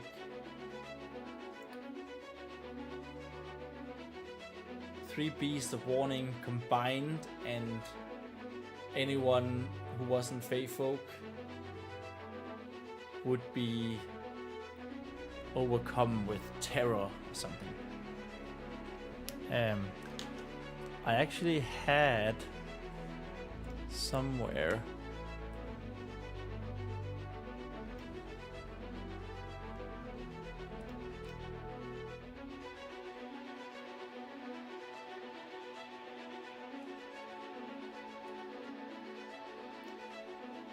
Let me just do something here. It's not what I wanted. I'm gonna do this. And here we are. Yeah. Okay, so this is my Fae Folk document. This is my Fae Folk document, and I had this here, Celtic mythology and animal symbolism. It's a PDF I found. Let's like, what does the animal symbolize? So we could pick 3 from this and take 3 that's a warning of some sort, and that would be the stone can. El Cuervo says, what if when druids become druids they all get the same fingerprints and they have a language consisting of just 10 letters? That's a fun idea.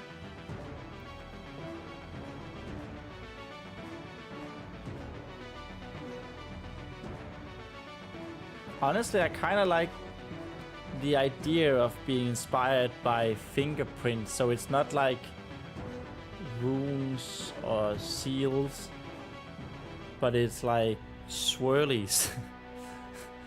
You could say that's a cool idea. Yeah, maybe.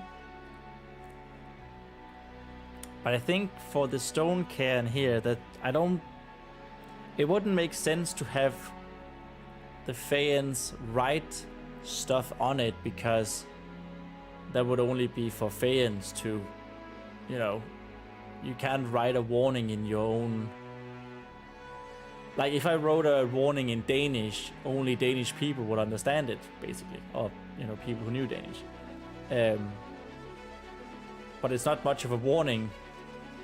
It's like that meme says, those kids would be very upset if they could read. So maybe we wanna just have the beasts here. So warning. A pheasant is a warning. That's not the most terrifying animal I have ever heard of. Right?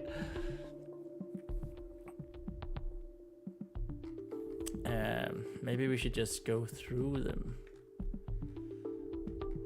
Okay, so this is supposed to be animal symbolism in Celtic mythology, but there's also like monkeys and alligators that I'm pretty sure, baboons, pretty sure had nothing to do with Celts in like the British Isles. I guess Celts were also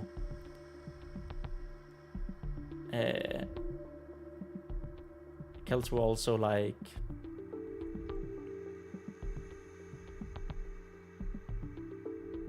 in mainland Europe as well, but most of the culture was around the British Isle, I think. And I just realized something. This says taken in part from Joel's Sacred Grove. Sacred Grove. The grove is something I've been looking for. That's a word I've been looking for. I have kept calling like a square. We cannot do anything. The Revelry Square here. I even put name. Grove. That makes so much. I have been looking for that word. Grove. Oh, that feels so nice. Then we can have a grove for winter. We can have a grove for spring, a grove for summer festivities. So like instead of it being the same grove for all of them is a dedicated religious site. Bam! That puzzle has been on my mind since I started this story. Around 1 Grove. Cool. Now we got that out of the way.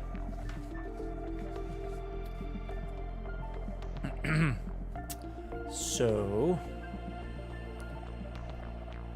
the boar is a symbol of masculine power because this meat of a boar was served at otherworld feasts. The sow is associated with the crow and mother god associates otherworldly feasts. Pig is archetypical of plenty, healing, and shape-shifting. Bull. I want to find a beast that is terrifying. 3 beasts that are terrifying in some way. Now we could have the bird, the transition from life to death. That's actually why also Nergir is an owl, because owls, according to this, are the messenger between the two. We could use this to explain, as an explainer, why Nergir is an owl. Like in a way that, that symbolizes death. Like where we say in Celtiberia, the deep sea fish symbolizes death too. The deep sea fish. Okay. So like I guess not serpent. No. Interesting. The deep sea fish.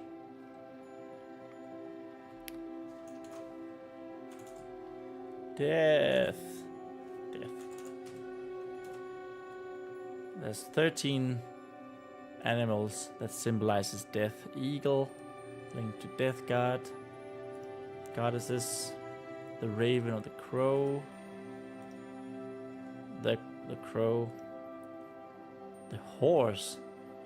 Stamina, mobility, strength, power, coping under difficult circumstances. Love, devotion, loyalty, land, travel. Life and death, intellect, wisdom, power, nobility, freedom. Wow. That's a lot of stuff for a horse.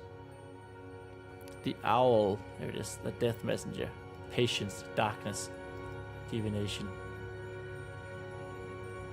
I think we want the owl, like a scary version of the owl, to be on top of the stone cairn. Now we have snake, death and rebirth. The whale. Again, how many whales did the Celts know about? I guess there are whales in the Atlantic Ocean, of course. Maybe they did. Just feels weird. The bat is the guardian of night, cleaner, death and rebirth. The owl. Well, we already had the owl.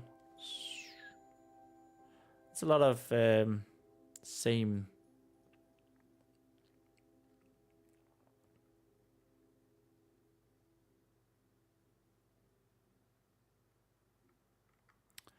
Do we have here wolf teaching skill?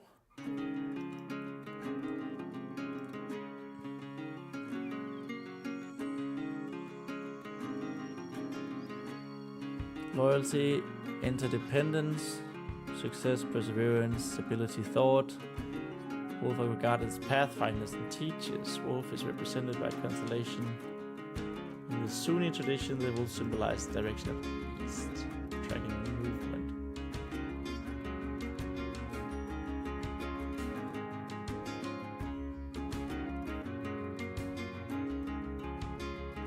You know, we could use the deep sea fish, but like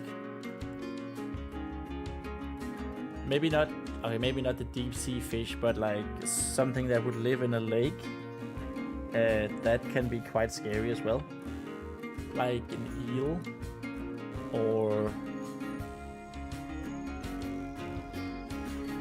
What's it called?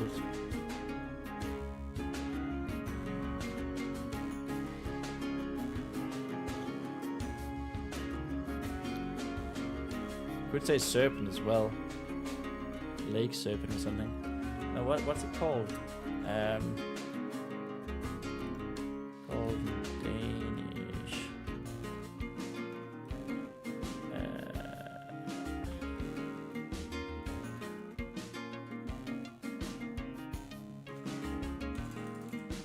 This one, Gede. What on earth that called? A northern pike. I did not know that was a northern pike. Well, that's like a pretty scary fish. That's in lakes and forests.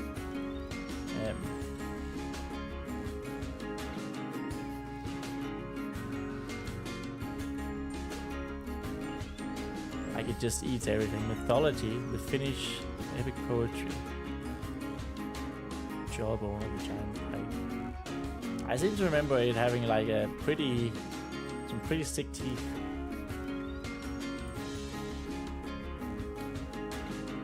Is that part of the hike? Hello? Oh, it's up there. Hike. No, that wasn't part here.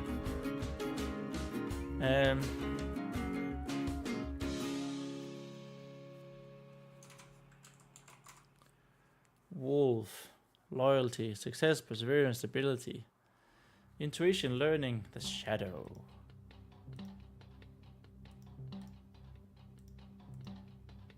Okay.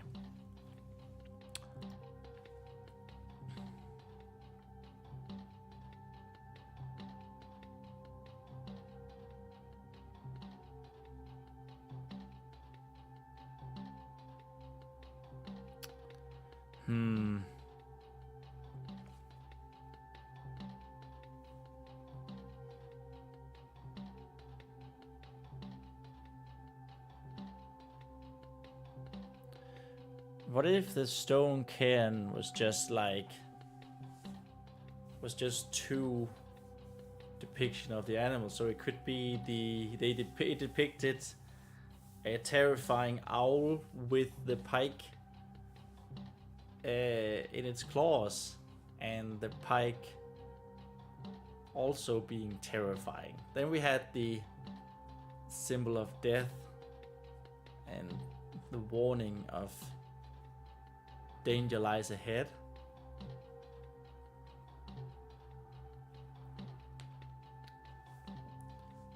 Because I'm trying to figure out something that would be...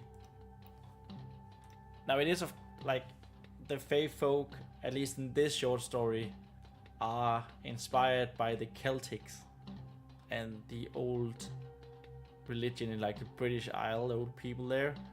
So we would need... I really want to convey animals and flora and fauna that is present or was present in medieval times in the British Isle.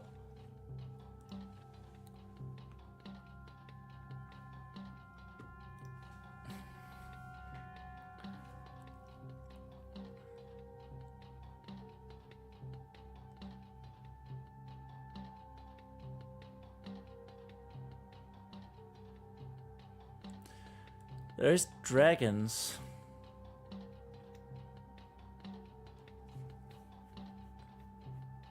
The biggest problem is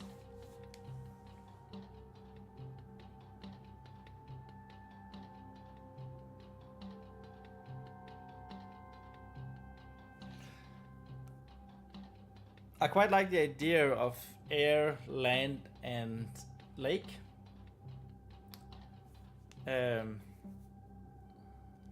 Or at least air and land or something. And if we do go with the owl, the dragon would also, have wings.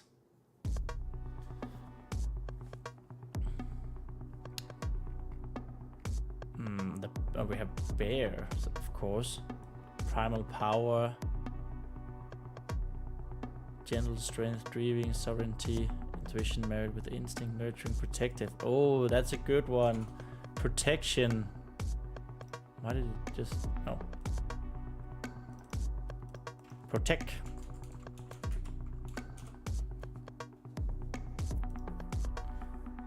Protective. The bear. The boar is also protection. The dog is protection. Eagle is protection. Raven is protection. Armadillo. I'm pretty sure armadillos were not found in any Celtic region. Go with the dog? Yeah. So yeah, the stone cairn would showcase that this area is protected and death is for anyone who ventures further in.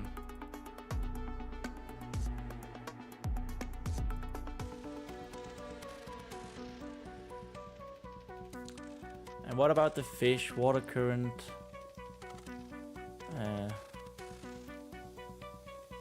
Salmon. Instinct, determination, persistence. Seal. Skunk. Snake. I think you're right. I think we go with the dog. Also because we've already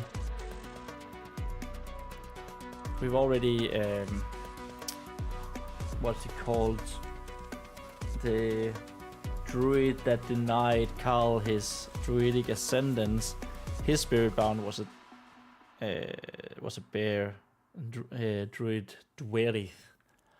I believe we called him earlier. But let's see, quail, scorpion, the turtle, the dragon, and the snake. Okay, we have the three. It's going to be owl, dog, and pike, symbolizing that the area behind is protected and warning anyone who ventures further that death is imminent. Yes.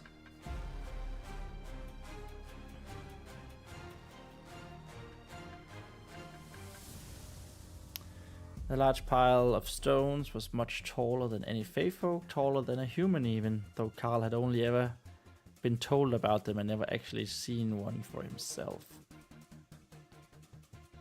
I'm not sure about that sentence, but we'll fix it in post.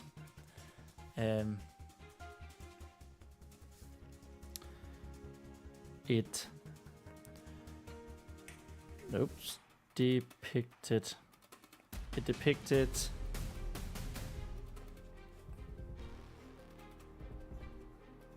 3 terrifying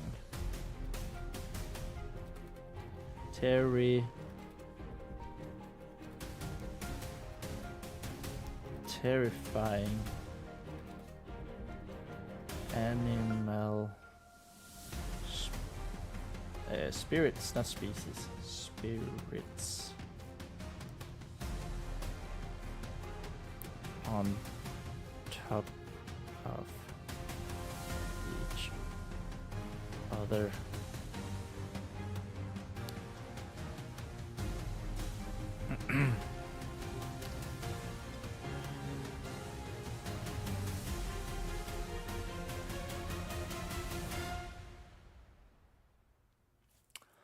Let's see actually if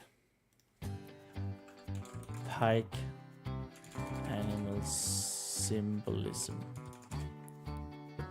Esox. Yeah, pike symbolize, according to Gemini, pike symbolize aggression, predatory power, strength, and adaptability.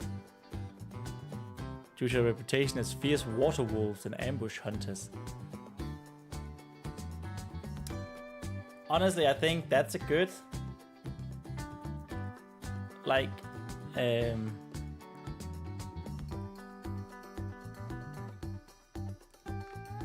that's a nice constellation we have. We're gonna have like a pike and on the bottom, which is like ambush warning, and the dog in the middle, which is symbolizes protection, and then the owl on top for the warning of death.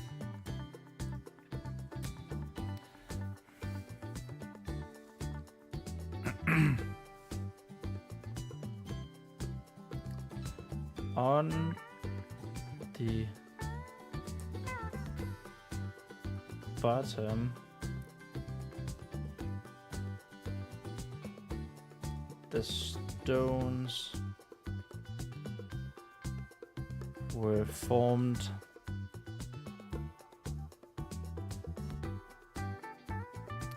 as a pike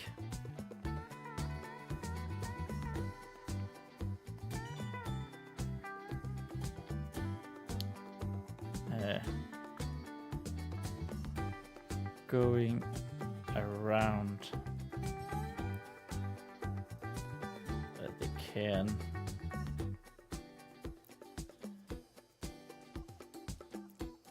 And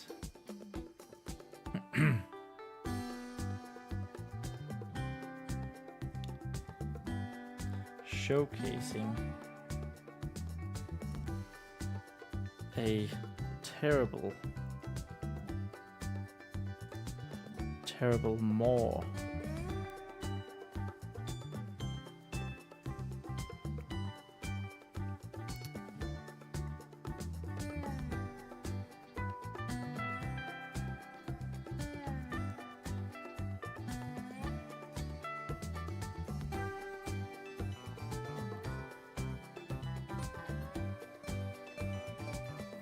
Showcasing a terrible maw.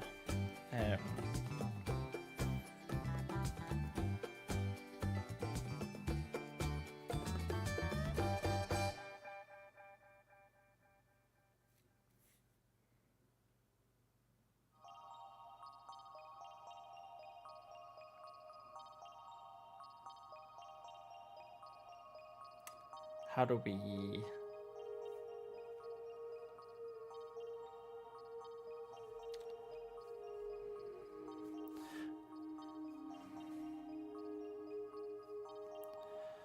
Cal believed it to be a warning,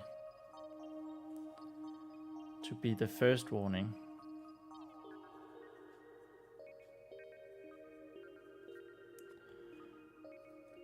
Out of 3.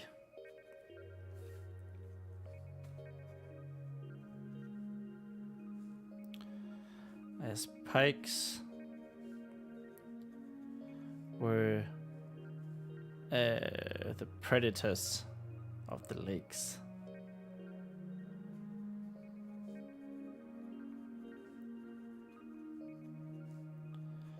Of the lakes. Specializing in ambush.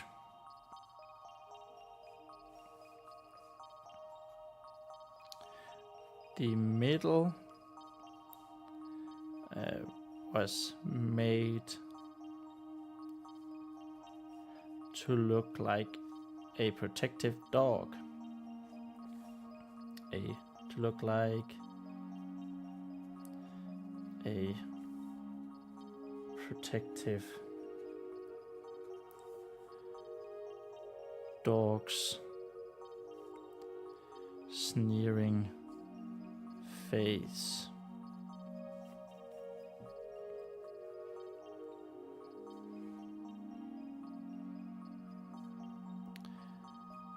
Its canines.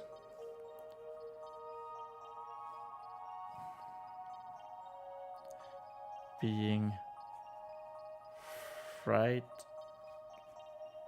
frightfully long and sharp.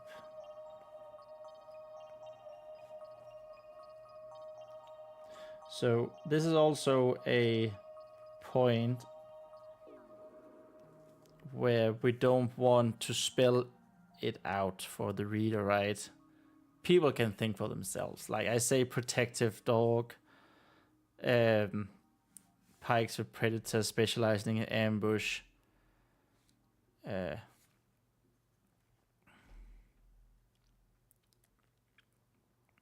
then the owl being the messenger of death between the realms.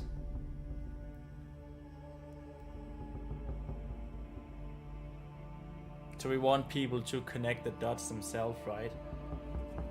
That this is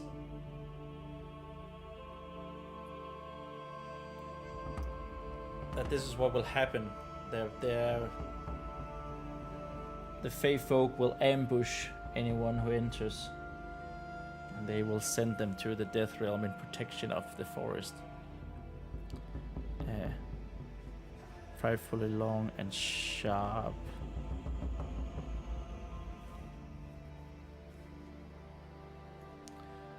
On the top,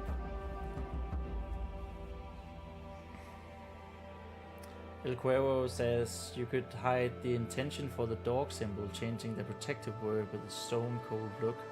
Yeah. That's a good point, actually. That's a good point. I'm going to comment that and have a think on it. And say protective.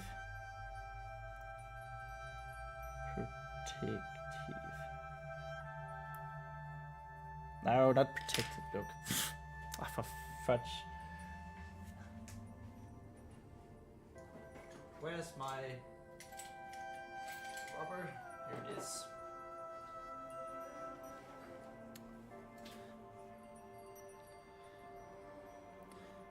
Okay, good thing that I wrote this in pencil. Stone cold. Stone cold look. Okay. And then once we digitize it and revise it, we can revise if we want to use that. Change it up. On the top, on the very top,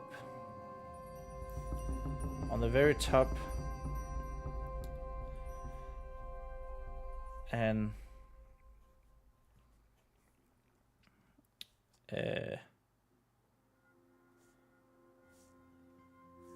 actually a menacing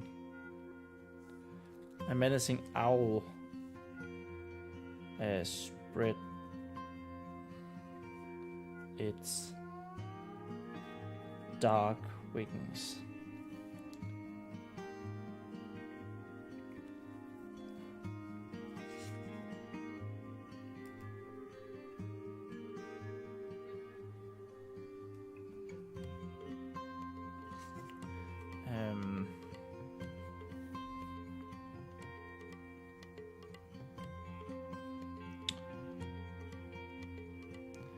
And screeching.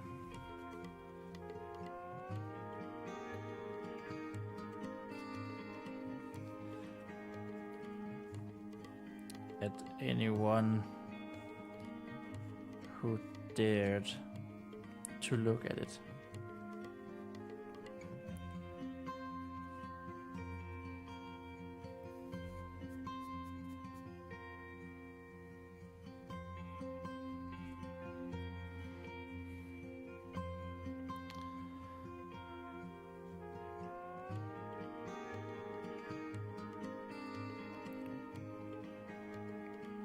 The messenger So I want to say that, like, that messenger. I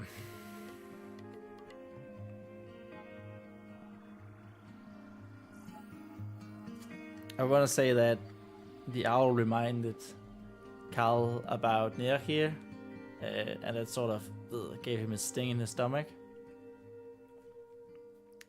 And at the same time, we're saying like an owl is a messenger of the amber sleep, the messenger of the amber sleep.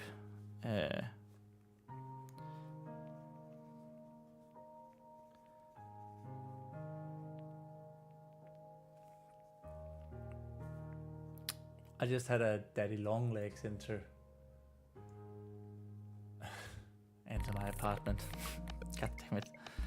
Reminded Cal of Dair here.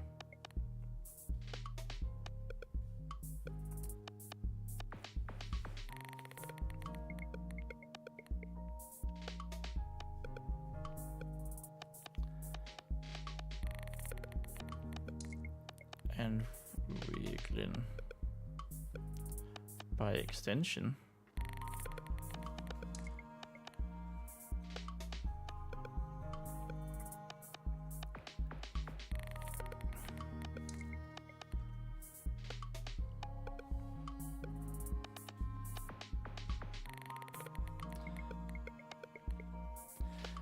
Which gave him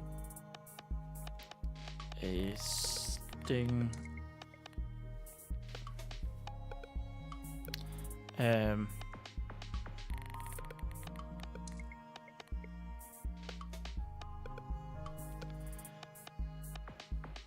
his stomach.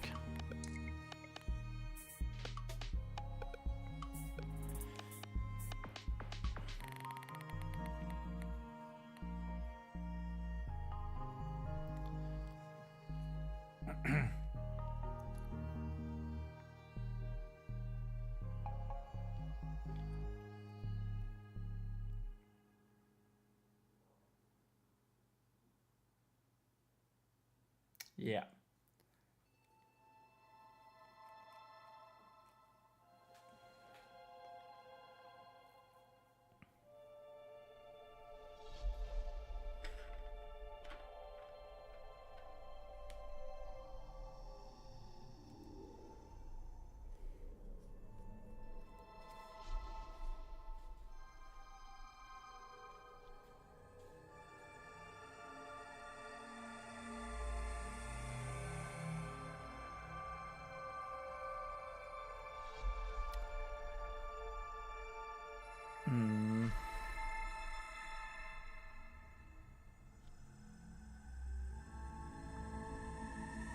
I'm not sure if I want to say like I want to actually say that the stone cairn was a warning to anyone who entered. So Carl had concluded that they were on the very edge of the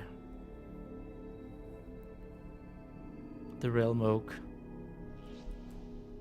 the Realm Oaks forest or something like that.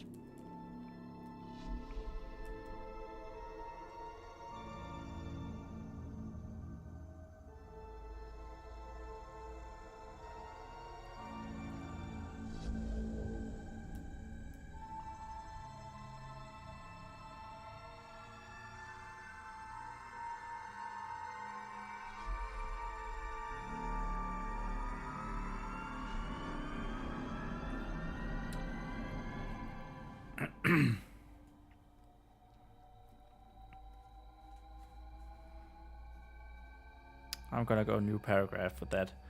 Cal had no doubt in his mind. You could say they left them in awe, or make them, you know.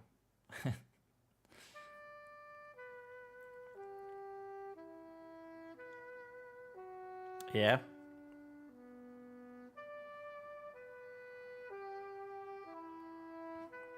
We could say something like that.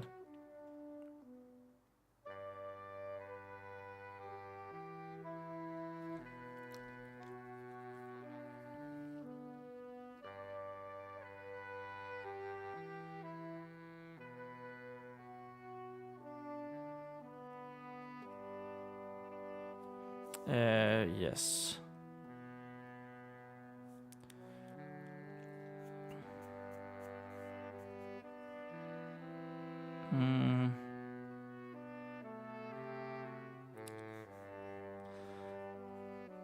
That this particular stone cairn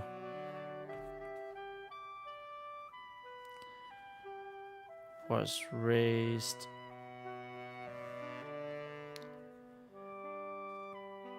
by the druids as a warning.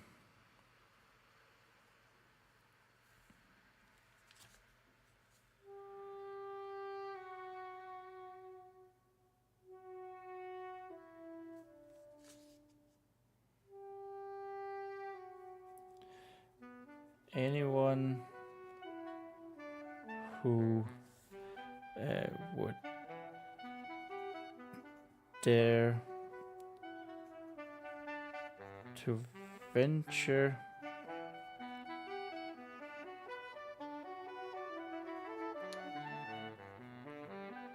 beyond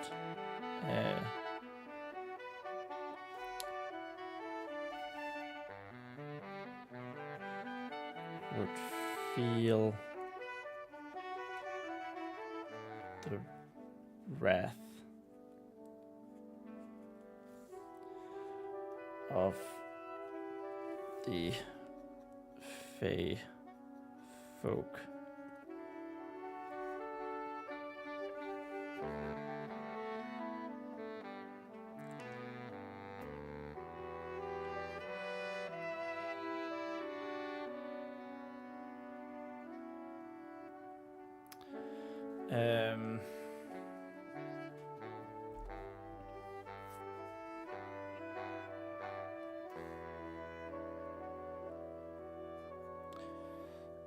This would in turn also mean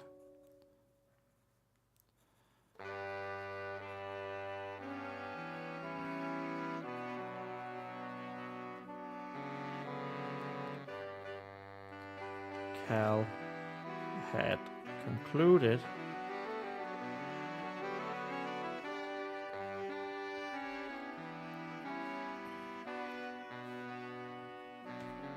that they were on the very edge that he and Gwilfane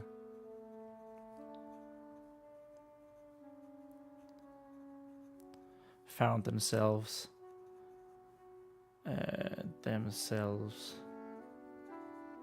on the very edge of the Realm Oaks forest.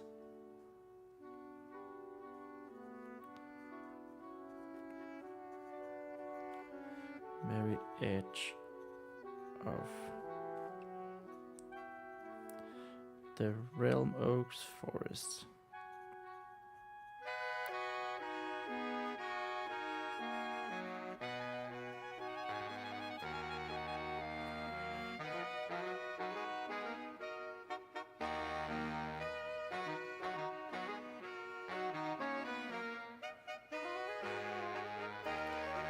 As Cal passed the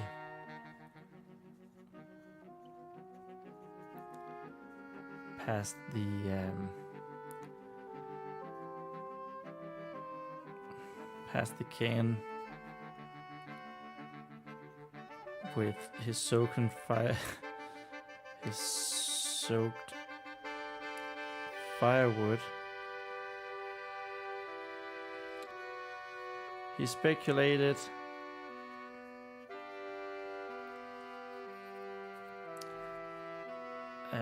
how many non-Faians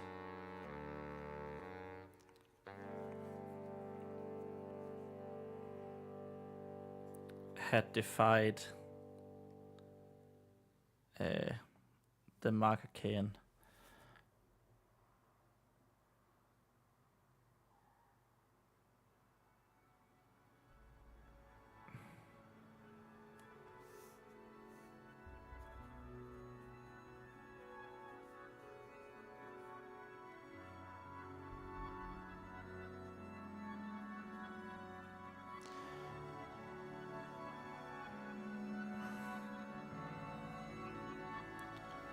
And how many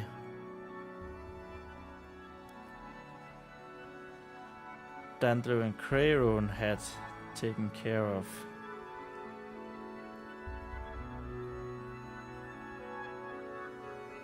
No.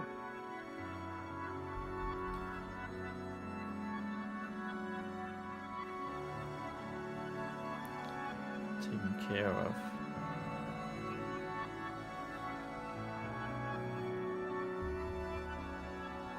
Themselves.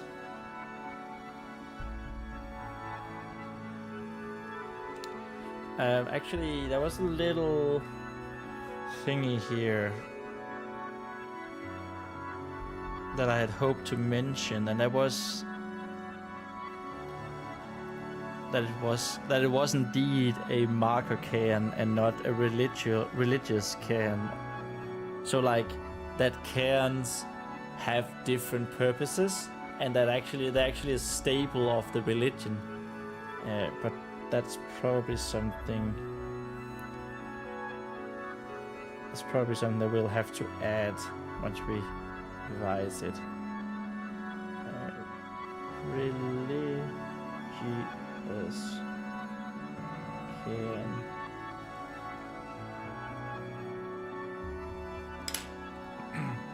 Hopefully we'll know what I talked about.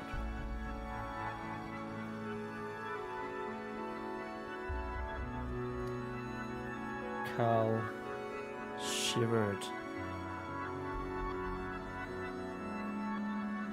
by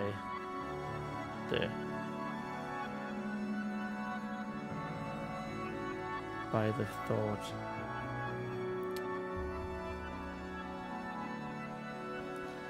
But it may just have been the cold rain, have been the cold rain.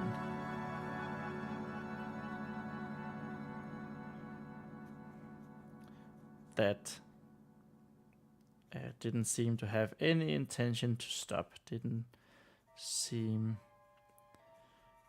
to have any intention of stopping.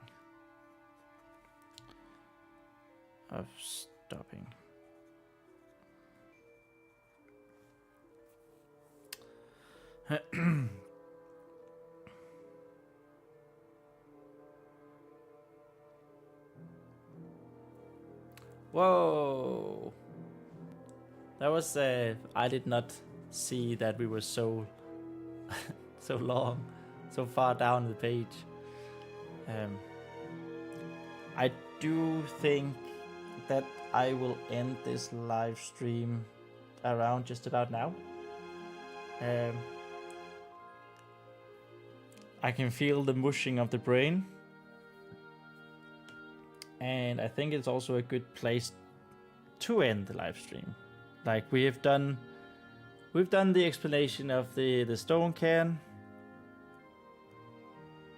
Yeah. And then next time we can move a bit further into the actual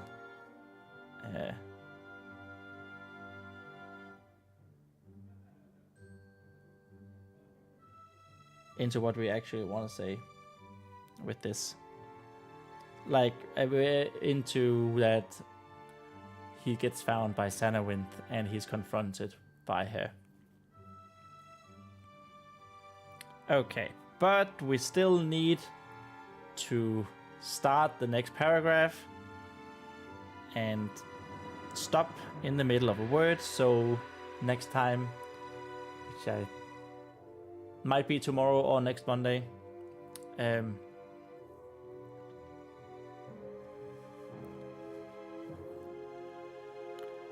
So we quickly can get back into it.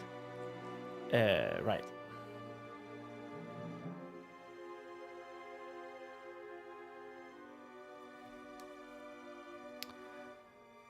Gwilfane.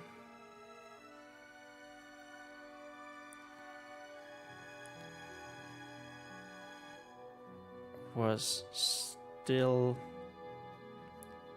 lying in the shelter as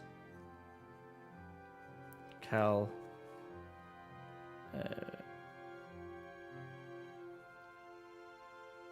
rounded the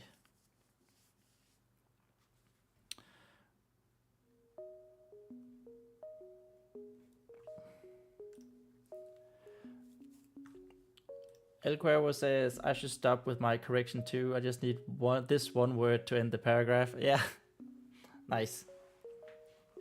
I really like that you you've been working on your own stuff while also keeping an eye on the live stream. That's really nice to know. It's so cool.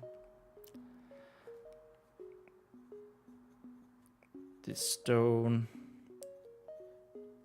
cairn.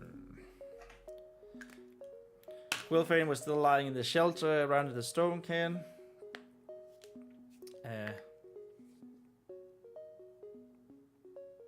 I don't know if that was the best sentence to end on, because it feels like cairn is the end, and then we should probably have like stopped in the middle of shelter or something, so we could finish a whole sentence next time. It is what it is. Yeah, let's end it here, and let's say we'll continue tomorrow. I believe I have the time for it, for once, on a Wednesday. And we're doing quite well, I think, even though, well, we sort of did 2 pages today. You know, we started somewhere. Where did we start? We started here, like the rain came flooding down. So we're sort of written 2 pages today, which is all right. And there has been a lot of, you know, correcting things, or figuring new stuff out and so on. So I'm pretty happy with today. So thank you guys so much for watching, and also if you're watching the VOD, I really appreciate it. And if you enjoyed this, please remember to like it and subscribe, and I'll see you next time. And remember that we write our own stories.